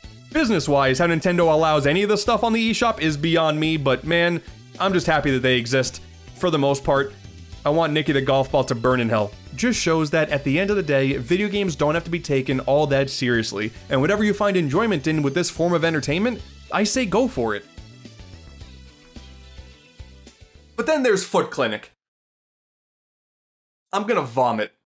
Oh god. Oh my god. Oh god, this is disgusting. Oh Jesus. Oh god, how does that even happen? You just took your shoe off and your foot is filled with shards of glass. Why'd you even put the shoe on in the first place? Yeah, let me just get my jellyfish all riled up and I'll remove it for you. So many of these are like these grotesque and disturbing injuries. Like, oh my god, it's disgusting. And why does everybody want a foot tattoo or toenail paint job when they're done? Some of you had horrific injuries, man. This should be the last of your concerns. Oh, you look bad. Thank you? Oh, I'm gonna throw up. I'm gonna vomit. That's it, I'm gonna throw up. All right, buddy, your test results are positive. That's great. You're not even the same guy I just checked on. Okay, guess we'll vaccinate you, even though we're a foot doctor. Just gonna spray you down like it's cologne real quick and... work it. So I think my next plan of attack is I'm gonna take my Nintendo Switch and throw it into the nearest volcano that I can find, and then chuck myself in along with it.